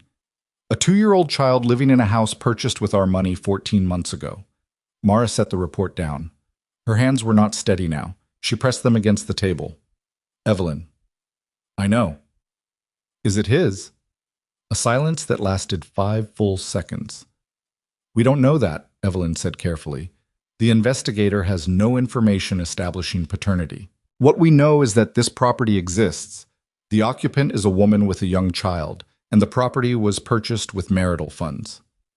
"The timing." Mara's voice was barely above a murmur. "The child is 2. She would have been pregnant, Mara. She would have been pregnant when I was—" She stopped. She pressed her lips together. "Simultaneously. We were pregnant simultaneously." The word landed in the room like something dropped from a height. Evelyn came around the table. She sat in the chair beside Mara and put a hand over hers. "We don't know paternity," she said. "That matters legally and factually. But you think—" "What I think is not what we act on." Evelyn's voice was firm and gentle in equal measure. "What we act on is what we can document. And right now what we can document is a concealed asset purchased with marital funds. That is what we take into mediation." Mara was staring at the table. "He bought her a house," she said, "while I was pregnant with his daughter, while I was painting the nursery." She paused. "He was installing someone else in a house in the suburbs." "Mara, look at me." She looked up. "I need you to be present," Evelyn said. "Not for the next hour, for the next 10 days. Because what we're about to do requires you at full capacity. Can you be there?" A long pause. "Yes," Mara said. Her voice didn't shake. But in her chest, something had fractured along a fault line she hadn't known was there, and the specific pain of it, not the anger, which would come later and which she knew how to use, but the grief, the particular grief of the version of Vincent she had been trying to give the benefit of the doubt, even now, even through all of this. That grief was not something she could prevent. She let it happen for exactly 90 seconds. Then she straightened. "File the motion," she said. Vincent found out what had been found at 4:45 that afternoon. He was in a meeting, legitimate business, a contractor reviewing site plans for a development project on the near west side, when Graham called 3 times in 12 minutes. The third call came with a text. "Call me now, not a request." He stepped out. "They found the Elmhurst property," Graham said. The meeting room behind him had gone silent. Vincent walked further down the corridor, past the conference room, past the reception desk, to the window at the end of the hall that looked out over the city. "How?" he said. "Cassidy Rourke's paralegal. She cross-referenced the account records against public property databases. The LLC transfer wasn't hidden well enough. It was a legitimate business transfer. From a joint marital account." Graham's voice was strained in a way Vincent had not heard before. "Vincent, a joint account. The marital funds component makes this unambiguously part of the estate, and its absence from the disclosure, fix it. You can't fix an omission from a court-ordered disclosure by Graham." The word came out quiet and absolute. "Fix it." A pause. "I need you to listen to me very carefully. What Evelyn Rourke now has access to, what she is going to walk into mediation with, is not just a concealed asset. It is a pattern. The affair, the hotel receipts, the nursery account withdrawal, the resort itinerary. And now a property purchased with marital funds that was omitted from a legal disclosure." Graham stopped. "She's going to argue this to a mediator who will see a man who spent the duration of his marriage deceiving his wife financially and personally. That is not a position from which we negotiate effectively." Vincent stared at the city below him. "What are you telling me to do?" he said. "I'm telling you that the leverage in this mediation is gone. Whatever position we intended to hold on custody and asset division, we held it on the basis of a roughly equivalent evidentiary position. That position no longer exists." Graham exhaled. "I think you need to consider whether fighting this is in your interest or in your daughter's." Silence. "Don't," Vincent said. "I'm your attorney. It's my job." "Don't use her." His voice was ragged at the edge. "Don't use Lillian. That's not what that's what you just did." Graham was quiet. Vincent pressed 2 fingers to the bridge of his nose. He stood at the window for a long moment. Below, the city moved. Traffic, people. The ordinary, relentless motion of a place that does not stop because one man's life is coming apart. "Who is she?" he said finally. "I'm sorry?" "Who does she think I am?" His voice had gone very quiet. "Mara, after all of this, after Elmhurst, who does she think she married?" Graham said nothing because there was nothing to say. "Set up the mediation," Vincent said. "When?" "This week, before anything else happens." He paused. "Tell them whatever we have to tell them to get her in the room." The mediation was scheduled for Thursday. Evelyn presented the terms to Mara on Tuesday evening in a conversation that lasted 2 hours and covered every variable: the asset division, the custody structure, the child support calculation, the specific provisions around the Elmhurst property, and its marital fund component. Mara asked precise questions. She pushed back on 2 provisions that Evelyn acknowledged were negotiable. She accepted 3 that weren't. By the time they finished, Mara had drunk 2 cups of tea and eaten half a sandwich, and her back ached from sitting in the same position too long, but her mind was clear in a way that felt almost physical. The specific clarity of a person who has been preparing for something for a long time and can finally see it directly ahead. "One more thing," Evelyn said. Mara looked up. "He's going to look at you across that table," Evelyn said, "and some part of you is going to feel something. That's human. It doesn't mean anything is wrong with you." A pause. "But I need you to know that whatever you feel in that room, your job is to stay at the table and let me do mine." "I know." "Do you?" Mara thought about the nursery, the ultrasound photograph on the windowsill, the soft white paint she had put on the walls herself. "I know," she said. Thursday arrived the way inevitable things arrive. Not dramatically, just there, the morning gray and cold, the coffee hot. The drive across the city conducted in silence with her hand steady on the wheel. The mediation center was in a building in the Loop, 6 floors up, with a view of the L tracks and a waiting room that smelled like carpet cleaner and the particular neutral scent of a place designed to contain conflict. The mediator was a woman named Susan Pelham, 60 years old, white-haired, with the deliberate composure of someone who had spent decades in rooms where people were falling apart and had learned to be the thing in the room that didn't. Mara arrived with Evelyn at 8:45. Vincent and Graham arrived at 9:02. Vincent walked in wearing a dark suit, not his most formal, not the one he wore to the events where his presence was itself a statement, but something quieter, a deliberate calibration. He looked, Mara thought before she could stop herself, like a man who is tired in a way sleep doesn't fix. He sat across the table. Their eyes met for exactly 2 seconds. Then Susan Pelham began. The first hour was procedural. Ground rules, format, the legal framework governing the session. Graham and Evelyn spoke. Mara and Vincent sat at opposite sides of the table and said very little. Mara had her hands folded in front of her. She could see Vincent's hands on the table. The tattooed knuckles, the particular stillness of them, the way he held himself with a control that she knew, now, was the product of a great deal of practice. The second hour was when it started. Evelyn laid the documents across the table in a sequence that was not accidental. Hotel receipts first, 7 of them, with dates and locations and amounts. Then the account record showing the nursery withdrawal. Then the resort itinerary. Then the missed prenatal appointment records, 7 of those too, each with the date and the appointment type, and the notation that the patient's spouse had not been present. Then the Elmhurst property documentation. Graham received each page with professional composure. Vincent's eyes moved across the documents when they arrived, and then he looked at the table, and then he looked at Susan Pelham, and he did not look at Mara. "I'd like to address the Elmhurst property directly," Graham said. "Please," Susan Pelham said. "The property was purchased through a legitimate business entity for purposes related to a personal obligation my client maintains. It was not included in the initial disclosure due to an oversight in the business classification of the asset.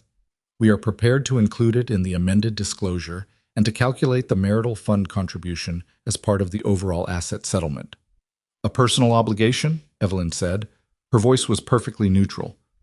"Could you clarify the nature of that obligation?" Graham glanced at Vincent. Vincent said nothing. "My client maintains a separate parental obligation," Graham said, "unrelated to this marriage. The property was provided in connection with that obligation." The room went very still. Susan Pelham did not react. Evelyn said quietly, "Is your client acknowledging paternity of a child currently residing at the Elmhurst property?" Another glance. Another silence from Vincent. "My client is not prepared to address paternity questions in this form," Graham said. "The reason I ask," Evelyn said, her voice still completely level, "is that if my client's husband fathered a child with another woman during their marriage, that constitutes a marital circumstance with direct bearing on the moral and financial context of this settlement. A mediator has the discretion to weigh that context." She set one more page on the table. The birth record Cassidy had obtained, the child's date of birth, the mother's name, the father listed as unknown. "The child was born," Evelyn said, 11 months before my client's daughter was conceived." The paper lay on the table. Nobody moved. Vincent's hands, which had been flat and still on the table for the past 2 hours, curled, not into fists, just curled. The fingers drawing inward slightly. A small movement, barely visible. Mara saw it. She had been watching his hands, she realized, for the entire session, with the same attention she had learned to give everything in the past 4 months. The same attention she'd given the bank statements, the credit card records, the itinerary with Celeste's name. The same attention she'd been giving him, invisibly, for the entire length of a marriage he had believed was safe to stop paying attention to. She knew, looking at his hands, that the child was his. He knew she knew. The room held that knowledge in a silence that lasted perhaps 10 seconds and felt like a great deal longer. Then Susan Pelham said quietly, "I'd like to take a 15-minute recess." In the hallway, Vincent asked Graham for a moment alone, and Graham, for once, without argument, stepped away. Vincent stood at the window at the end of the corridor, the same posture he'd held at his office building when Graham had called about the Elmhurst property. The city below was February, cold and gray and indifferent. Dominic was in the waiting room. He had driven Vincent. He was always there, at the edges, the one constant in every version of this story. He appeared in the hallway now without being called, the way he always appeared when something was happening that he needed to see. Vincent heard him approach. He didn't turn around. "You knew," Vincent said. Dominic stopped. "About Renata Cassin. You knew." A pause. "I suspected."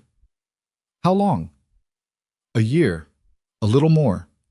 Vincent turned. His face was controlled. Completely controlled. Dominated. "You never told me you knew," he said. Dominic looked at him steadily. "You never asked." Something moved across Vincent's face, anger, and beneath it something much older and harder to name. "You didn't tell me because you thought I already knew," Vincent said. "Yes." "I didn't know." Dominic looked at him, a long, measuring look. "You didn't want to know," he said. Vincent stared at him. Dominic did not flinch. He had spent 20 years not flinching in rooms full of men who expected it. There is a difference between not knowing and not asking. You never asked. About any of it. About Mara seeing you at the office. About what she was doing those last 3 months. About the Elmhurst property when it came up in the accounts. He paused. You had a choice every single time to ask the question. You didn't ask because the answer was going to cost you something. Dom. A warning in the name. "I'm done warning you," Dominic said. "I warned you 3 months ago, about Mara.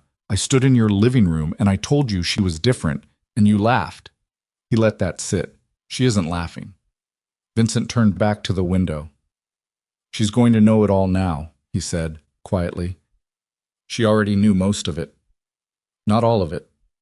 "No." A pause. "Not all of it." Vincent pressed one hand flat against the glass.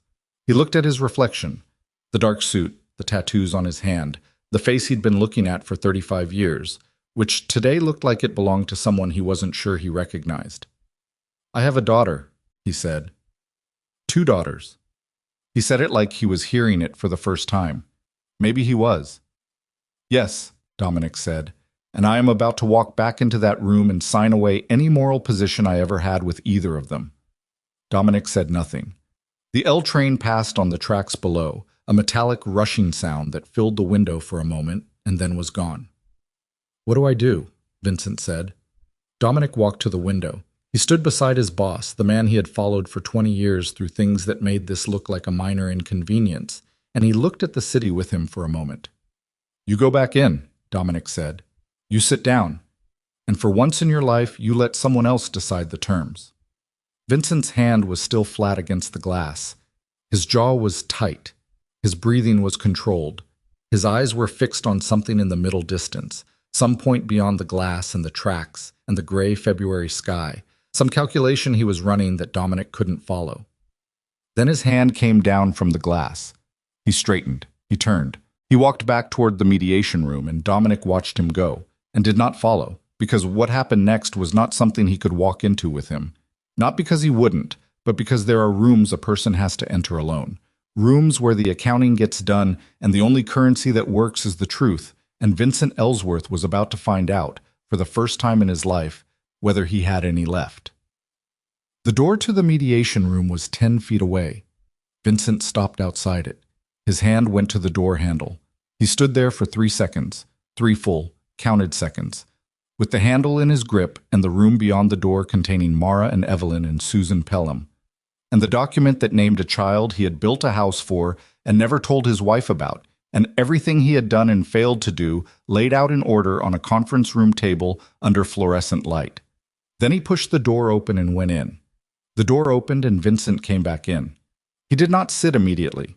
He stood at the head of the table for a moment, not performing, not posturing, just standing there the way a man stands when he is deciding something that cannot be undecided.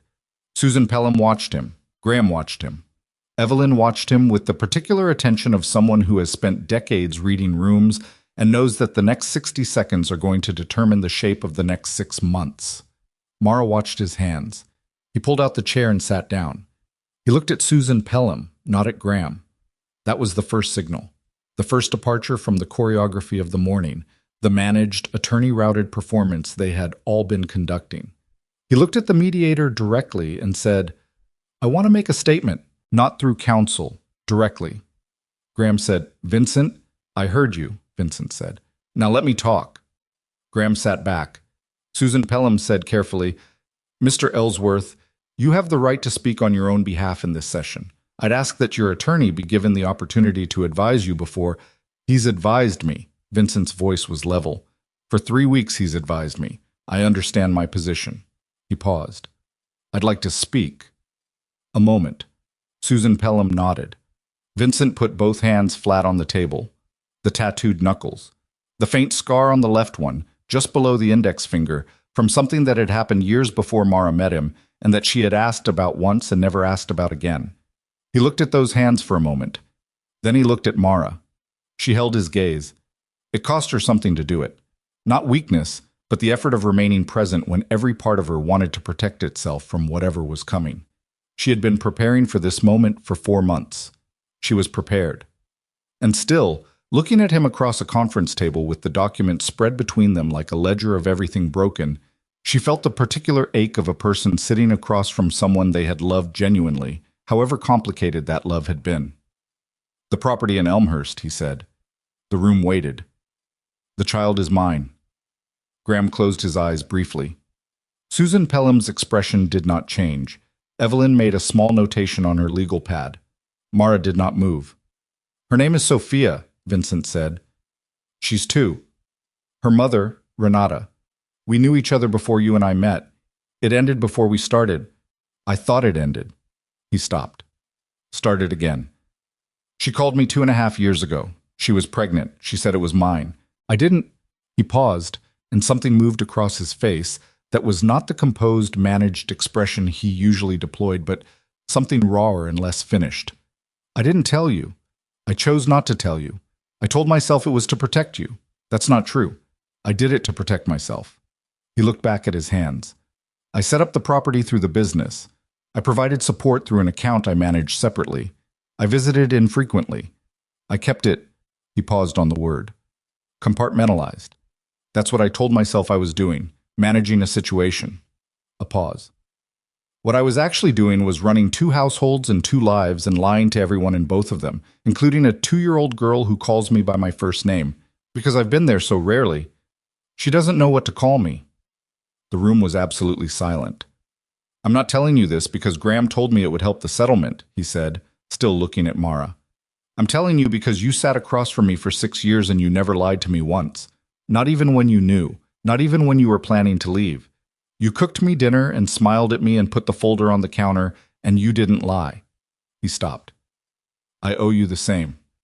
Mara's hands were folded in front of her. She did not unfold them. She did not look away. "How long?" she said. Her voice came out quieter than she intended. "Were you going to tell me?" "I don't know." "Were you ever?" He looked at her. "I don't know." The honesty of that answer, its refusal to be redemptive, its acknowledgement that he genuinely did not know whether he would have ever chosen her over his own comfort, was worse somehow than a lie would have been. It was worse because it was true, and they both knew it was true, and there was nothing to do with it. Mara looked at the table. She looked at the birth record Evelyn had placed there. Sophia, 2 years old, a little girl in a house in Elmhurst who called her father by his first name. She thought, with the specific clarity of someone who has been blindsided so many times in a short period that the blindsiding has become its own kind of preparation. There is a child. There is a child who did not choose any of this. "Does Celeste know about Sophia?" she said. A pause. "No." "Does Sophia's mother know about Celeste?" "No." Mara looked up. "How many people were you keeping separate?" He said nothing. "That's not a rhetorical question," she said. "3, he said. "You, Renata, Celeste. 3 women who didn't know about each other." "Yes."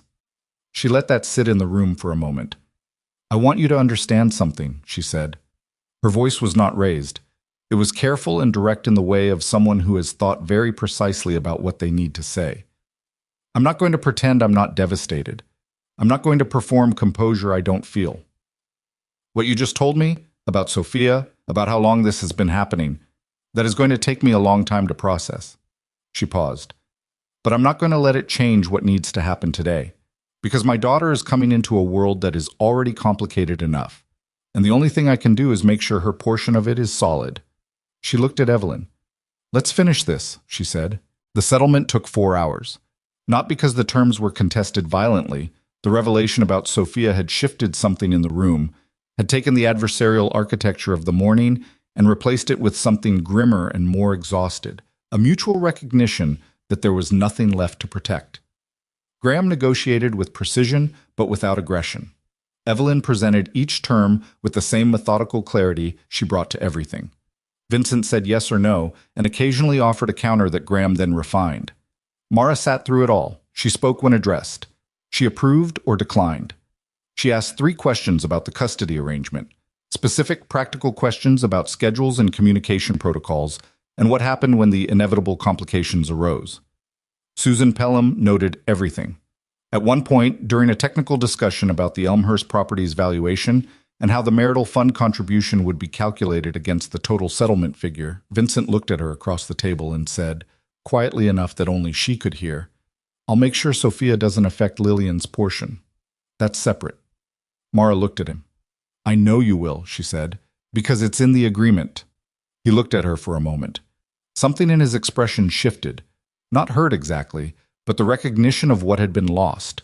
The specific recognition of a man who understands that the woman across from him has learned, through him, to trust documents over intentions. He looked back at the table. Yes, he said. It is. By 2 in the afternoon, the agreement was complete. Graham and Evelyn reviewed the final language together, while Susan Pelham prepared the signature pages. Vincent sat at one end of the table with his hands wrapped around a coffee cup that had been refilled twice and had gone cold. Mara sat at the other end with her hands in her lap and her back straight and her eyes on the window behind Susan Pelham, where the February sky had gone slightly lighter, the clouds thinning enough to show a pale wash of something that might eventually become sun. When the signature pages came, Graham passed them to Vincent first. Vincent looked at them for a moment. He picked up the pen. And then, not dramatically, not with any statement, just with the particular stillness of a man doing the hardest thing he has done in a long time, he hesitated. Not from resistance. The hesitation was something different, something that looked, from where Mara was sitting, like a man saying goodbye to a version of himself. The version that had believed he could maintain this indefinitely. The version that had kissed foreheads and told women what they wanted to hear and built separate compartments for separate lives, and managed it all with the same iron control he brought to an empire that feared him. That version of him was ending. He knew it. He signed. He passed the pages to Graham, who passed them across the table to Evelyn, who set them in front of Mara. Mara picked up the pen. She did not hesitate. She signed her name, Mara Hale, her maiden name, which she had used on the lease and which she would use on everything from this point, in a clear, steady hand, and set the pen down, and that was that. Susan Pelham gathered the pages. The session was concluded. In the hallway afterward, Evelyn hugged her. Not a professional, measured hug, a real one, brief and solid. The hug of a woman who has been doing this work for 30 years and has learned to be precise about when it is appropriate and when it is necessary. And this was the second kind. Go home, Evelyn said. Sleep. I'll handle the filing. Thank you, Mara said. Evelyn looked at her for a moment. You were remarkable in there. I was terrified. I know. A pause. That's what remarkable looks like. She went to collect her coat. Mara stood in the hallway and put on her own coat slowly, one arm at a time, the way you do things when your body is operating slightly ahead of your mind, when the event is over but the nervous system hasn't received the message yet. She heard footsteps. Vincent appeared at the end of the hallway. Graham was behind him, giving distance, making a phone call with his back turned. Vincent stopped when he reached her, close enough to talk quietly. Far enough that it wasn't presumptuous. He looked at her the way he had looked at her in the courtroom hallway, without the professional composure, without the managed performance, with the particular bare expression of someone who has run out of things to put between themselves and the truth. She's going to be okay, he said. Mara looked at him. Lillian Chess, he clarified, though she hadn't needed it. I'm going to be... He stopped. Started again. I'm going to actually be there. I know that doesn't mean anything right now. It means something, she said. It just doesn't fix anything. He nodded. Sophia, she said. She watched his face when she said the name. She needs a father too. Something moved across his face. Pain, and underneath it something that might have been, if he was capable of it, gratitude. Yes, he said. That's going to be complicated. Yes. You need to tell Renata Cassin the truth. About all of it. You've been managing her the same way you managed me. He looked at her. You're telling me to... I'm telling you that there's a 2-year-old girl who deserves to know who her father actually is. Not the version you've been providing from a careful distance. She paused. You don't get to do to Sophia what you did to us. He absorbed that. Okay, he said. She believed him. Not completely, not with the uncomplicated faith she would have had before. That kind of faith doesn't survive what this marriage had survived, and it shouldn't. But she believed him in the specific qualified way that is the only honest kind available to people who have been through something like this. He would try. He would fail at parts of it. He would do better than he had done, because the floor of what he had done was low enough that almost anything was better. And his daughters would grow up with a father who was flawed and present rather than perfect and absent. That was not a small thing. It wasn't the thing she had wanted, but it was real. She picked up her bag. Take care of yourself, she said. She walked to the elevator. She pressed the button. She did not look back. But in the elevator, as the doors closed, she saw his reflection briefly in the polished metal of the doors, still standing in the hallway, not moving, watching the doors close. And she let herself look at that reflection for exactly as long as the doors took to shut. Then she looked forward. 19 days later, the divorce was finalized.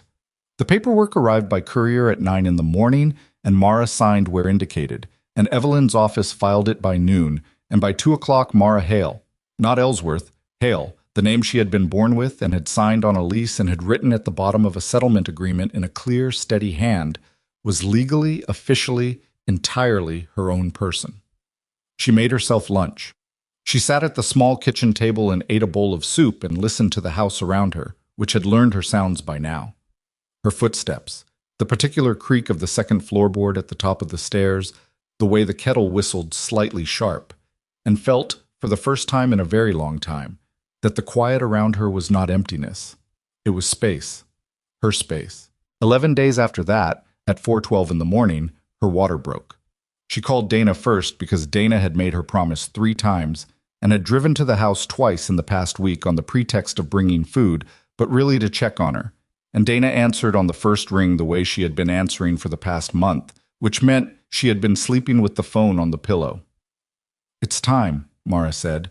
She heard Dana sit up. I'm leaving now. Are you okay? I'm okay. And she was. Her hands were steady. Her voice was steady. She was terrified in the clean, forward-moving way of someone heading toward something rather than running from it. Drive carefully. I'll be there in 20 minutes. Dana? What? Thank you. For all of it. A pause. She could hear Dana breathing. Don't make me cry while I'm trying to find my keys, Dana said. She hung up. Mara sat on the edge of the bed and breathed through the first contraction and looked at the room around her. Her room, her furniture, the curtains she had chosen without anyone's approval, the small lamp on the nightstand, the framed photograph on the dresser that she had taken herself on a Sunday afternoon in November, of the nursery with the soft white walls, and the crib assembled and the rocking chair in the corner, and the ultrasound photograph on the windowsill catching the winter light. She looked at that photograph. She breathed. Lillian Ellsworth was born at 6:47 in the morning. 7 pounds, 2 ounces. A full head of dark hair. A face that was entirely itself from the first moment, alert and very slightly irritated by the proceedings, which made Dana, who was in the room because Mara had asked her to be, laugh through tears from the corner. Mara held her. She had expected this moment to feel enormous, cinematic, overwhelming in the way that culminating moments are supposed to feel. Instead, it felt very small and very specific. The weight of this particular child in her arms, the warmth of her, the sound she made when she was placed against Mara's chest, The way her hand curled against Mara's collarbone with the complete unconscious trust of a person who does not yet know there is anything to be afraid of. Mara pressed her lips to the top of her daughter's head. She did not say anything. There was nothing to say that the moment didn't already contain.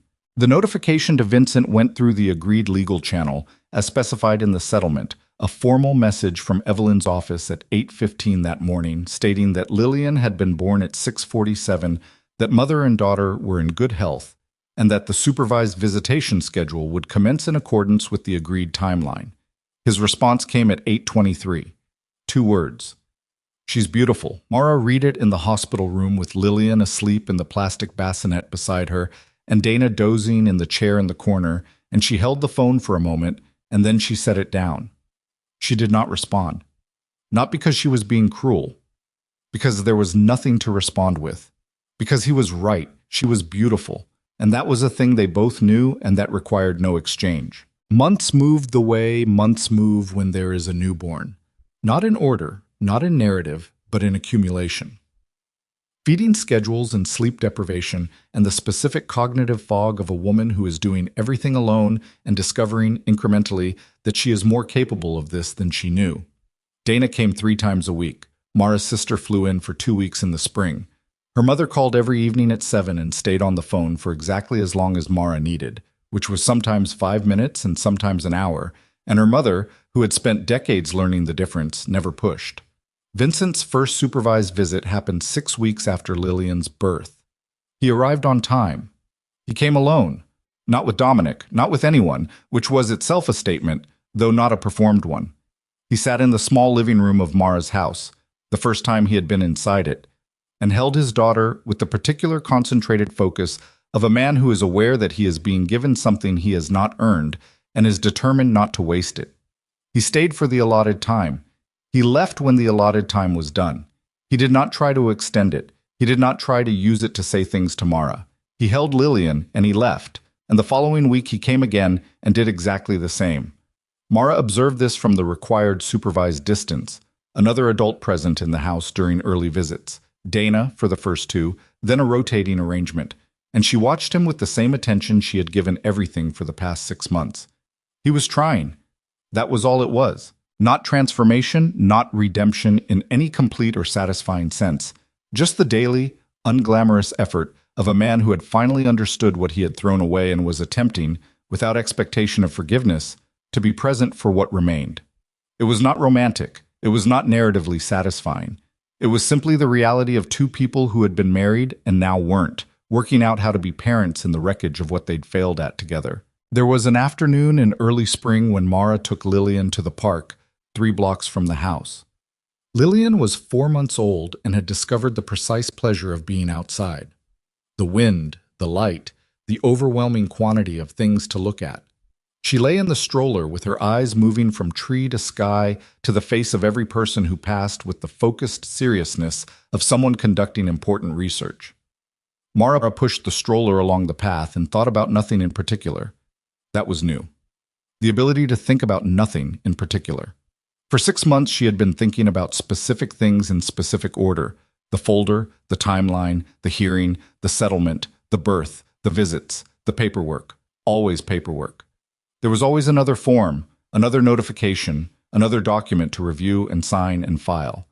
The administrative weight of dismantling a marriage was something nobody warned you about. It wasn't emotional. It was just persistent, like water finding the lowest point. But this afternoon, walking in the park with her daughter watching the world with complete attention, Mara thought about nothing. The trees were beginning. The particular optimism of Chicago in early spring, when everything that had survived the winter decides to make the point. Bare branches with the first small insistence of green. The sky a pale, washed blue that would deepen in a few weeks. She stopped at a bench. She sat. She pulled the stroller beside her and looked at Lillian, who looked back at her with those dark eyes that were beginning to look more definitively like their own thing. Not Vincent's, not Mara's, but Lillian's. "Hi," Mara said. Lillian made a sound. Mara laughed. It surprised her. The laugh, its completeness, its lack of anything complicated. Just a sound that her body made because her daughter had made a sound. And it was funny, and she was in a park in the spring, and she was tired and her back hurt, and she hadn't slept more than 4 consecutive hours in 4 months. And also, she was fine. She was actually, substantially, fine. She stopped hating him in the early summer. She noticed it the way you notice the end of a headache. Not the moment it stops, but a moment afterward, when you realize you are no longer in pain and haven't been for a while. She was driving home from Dana's, Lillian asleep in the car seat, the windows cracked, a song she liked on the radio, and she thought about Vincent, about something related to the upcoming custody schedule, something practical and unremarkable. And the thought passed through her without the accompanying current of anger or grief that had traveled with every thought of him for the past year. Just a thought. About scheduling. She drove home. She parked in her driveway. She sat in the car for a moment in the warm summer evening and understood that the hatred was gone. Not because he deserved for it to be gone. Not because he had earned some absolution she hadn't offered, but because she was done carrying it. Because hatred is heavy, and she had other things to carry now that were better and more necessary, and she had made a choice, without ceremony or announcement, to put it down. That was her final victory. Not the settlement, not the empty house, not the signed papers. This. The Tuesday evening in June when she sat in her driveway and felt nothing toward Vincent Ellsworth except the functional, manageable relationship of two people connected permanently by a small person who deserved better than to grow up in the residue of their damage. She unbuckled Lillian from the car seat. She carried her inside. On Lillian's first Christmas, Mara put up a small tree in the living room. Lillian was 6 months old and had no opinion about Christmas, except that the lights were extraordinary and required extended staring. She sat in her bouncer chair and stared at the lights with the focused reverence of a person encountering something genuinely important. Mara strung the ornaments one by one. Most of them were new, bought at a store on a Saturday in December, chosen for their color or because Lillian had reached for them in the cart. But at the bottom of the box was one that wasn't new. An old glass ornament, hand-painted, slightly chipped on the bottom edge where it had been dropped at some point in the years before Mara was born. Her grandmother's. It had lived in Mara's family for longer than she had been alive, surviving moves and decades and at least 2 significant drops, which was why it was chipped on the bottom edge but had made it intact this far. She held it for a moment. Then she hung it near the top. Outside, snow was falling. Not dramatically. Chicago snow in December is not dramatic. It's just committed. The sky having decided to do a thing and doing it without consultation. The neighborhood was quiet. The houses along the street showed their lit windows and their small domestic arrangements. No guards at the end of the driveway. No black SUVs running idle at the gate. No men with careful, watchful eyes positioned at the edges of a life. Just snow. And a small tree with a chipped ornament near the top. And Lillian, watching the lights. Across the city, in the office on Michigan Avenue, where the blinds had been opened 2 inches on a day that changed everything, Vincent Ellsworth sat alone at his desk. He sat there most evenings now, after everyone else had gone. The empire continued. It had continued through the divorce, through the newspaper piece that Fen Nakamura eventually published. Measured, more careful than Vincent had feared, the settlement already finalized by then. Through the quiet reshaping of things that happened when the people around a powerful man understand that something in him has fundamentally shifted. The business continued. The meetings continued. Men still lowered their voices when he entered rooms, though the rooms themselves had changed slightly. Fewer late nights, fewer disappearances. A new pattern that Dominic noticed and did not comment on except once, briefly, when he said, "You're different," and Vincent had said yes, and they had left it there. On his desk was a photograph. He had placed it there 6 weeks ago, after a visit to Mara's house. He had taken it with his phone while Lillian was looking at the window. Her profile, the serious dark eyes, the expression of complete absorption in whatever she was looking at. He had printed it, which he had not done with a photograph in years, and framed it in a simple frame, and put it on his desk where the lamp made it visible from any angle. He looked at it the way he looked at it every evening. Around him was the office, the window, the desk, the files and phones, and the apparatus of an empire built over 15 years and sustained by a quality that had never failed him until it turned, without warning, against everything he valued most. Control. He had believed, for all of those 15 years, that control was the thing, that the man who controlled the most variables was the man who lost the least.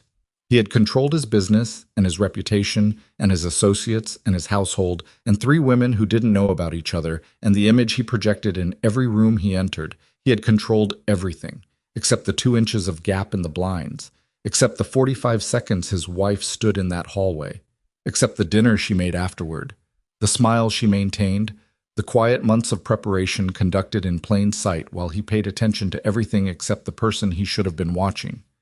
She had outmaneuvered him without ever threatening him. She had won without ever raising her voice. He thought about that often. He thought about the folder on the island, placed precisely in the center, and understood now what that precision meant. Not theatrics, but respect. A final account, delivered cleanly, by a woman who had decided that the ending of something important deserved to be done with care. He looked at the photograph. Lillian had his jaw. He had noticed it the first time he held her, that structural resemblance that arrived before anything else, before personality or habit or the particular shape a person grows into. She had his jaw and Mara's eyes, which was the right distribution, he thought. The softness, winning. He would see her in 4 days. He would be on time. He had not been late to a visit. He did not know how to be Lillian's father yet. Not really, not in the daily competent way that Mara already was, with the effortless authority of someone who had been preparing for it before it arrived. He was learning. I was learning in this incremental, unglamorous way that he had learned every other difficult thing in his life, which was by doing it badly first and paying attention to what went wrong. He was paying attention now. He was, he thought, finally paying attention. And Sophia. He had gone to Elmhurst on a Tuesday evening in March alone. He had knocked on the door of the house he had purchased with money that didn't fully belong to him and waited while Renata Cassin figured out from his expression that this was a different kind of visit than the ones before. He had told her everything. It had taken 2 hours. She had not spoken for a long time after he finished. Then she had said, "You have another daughter."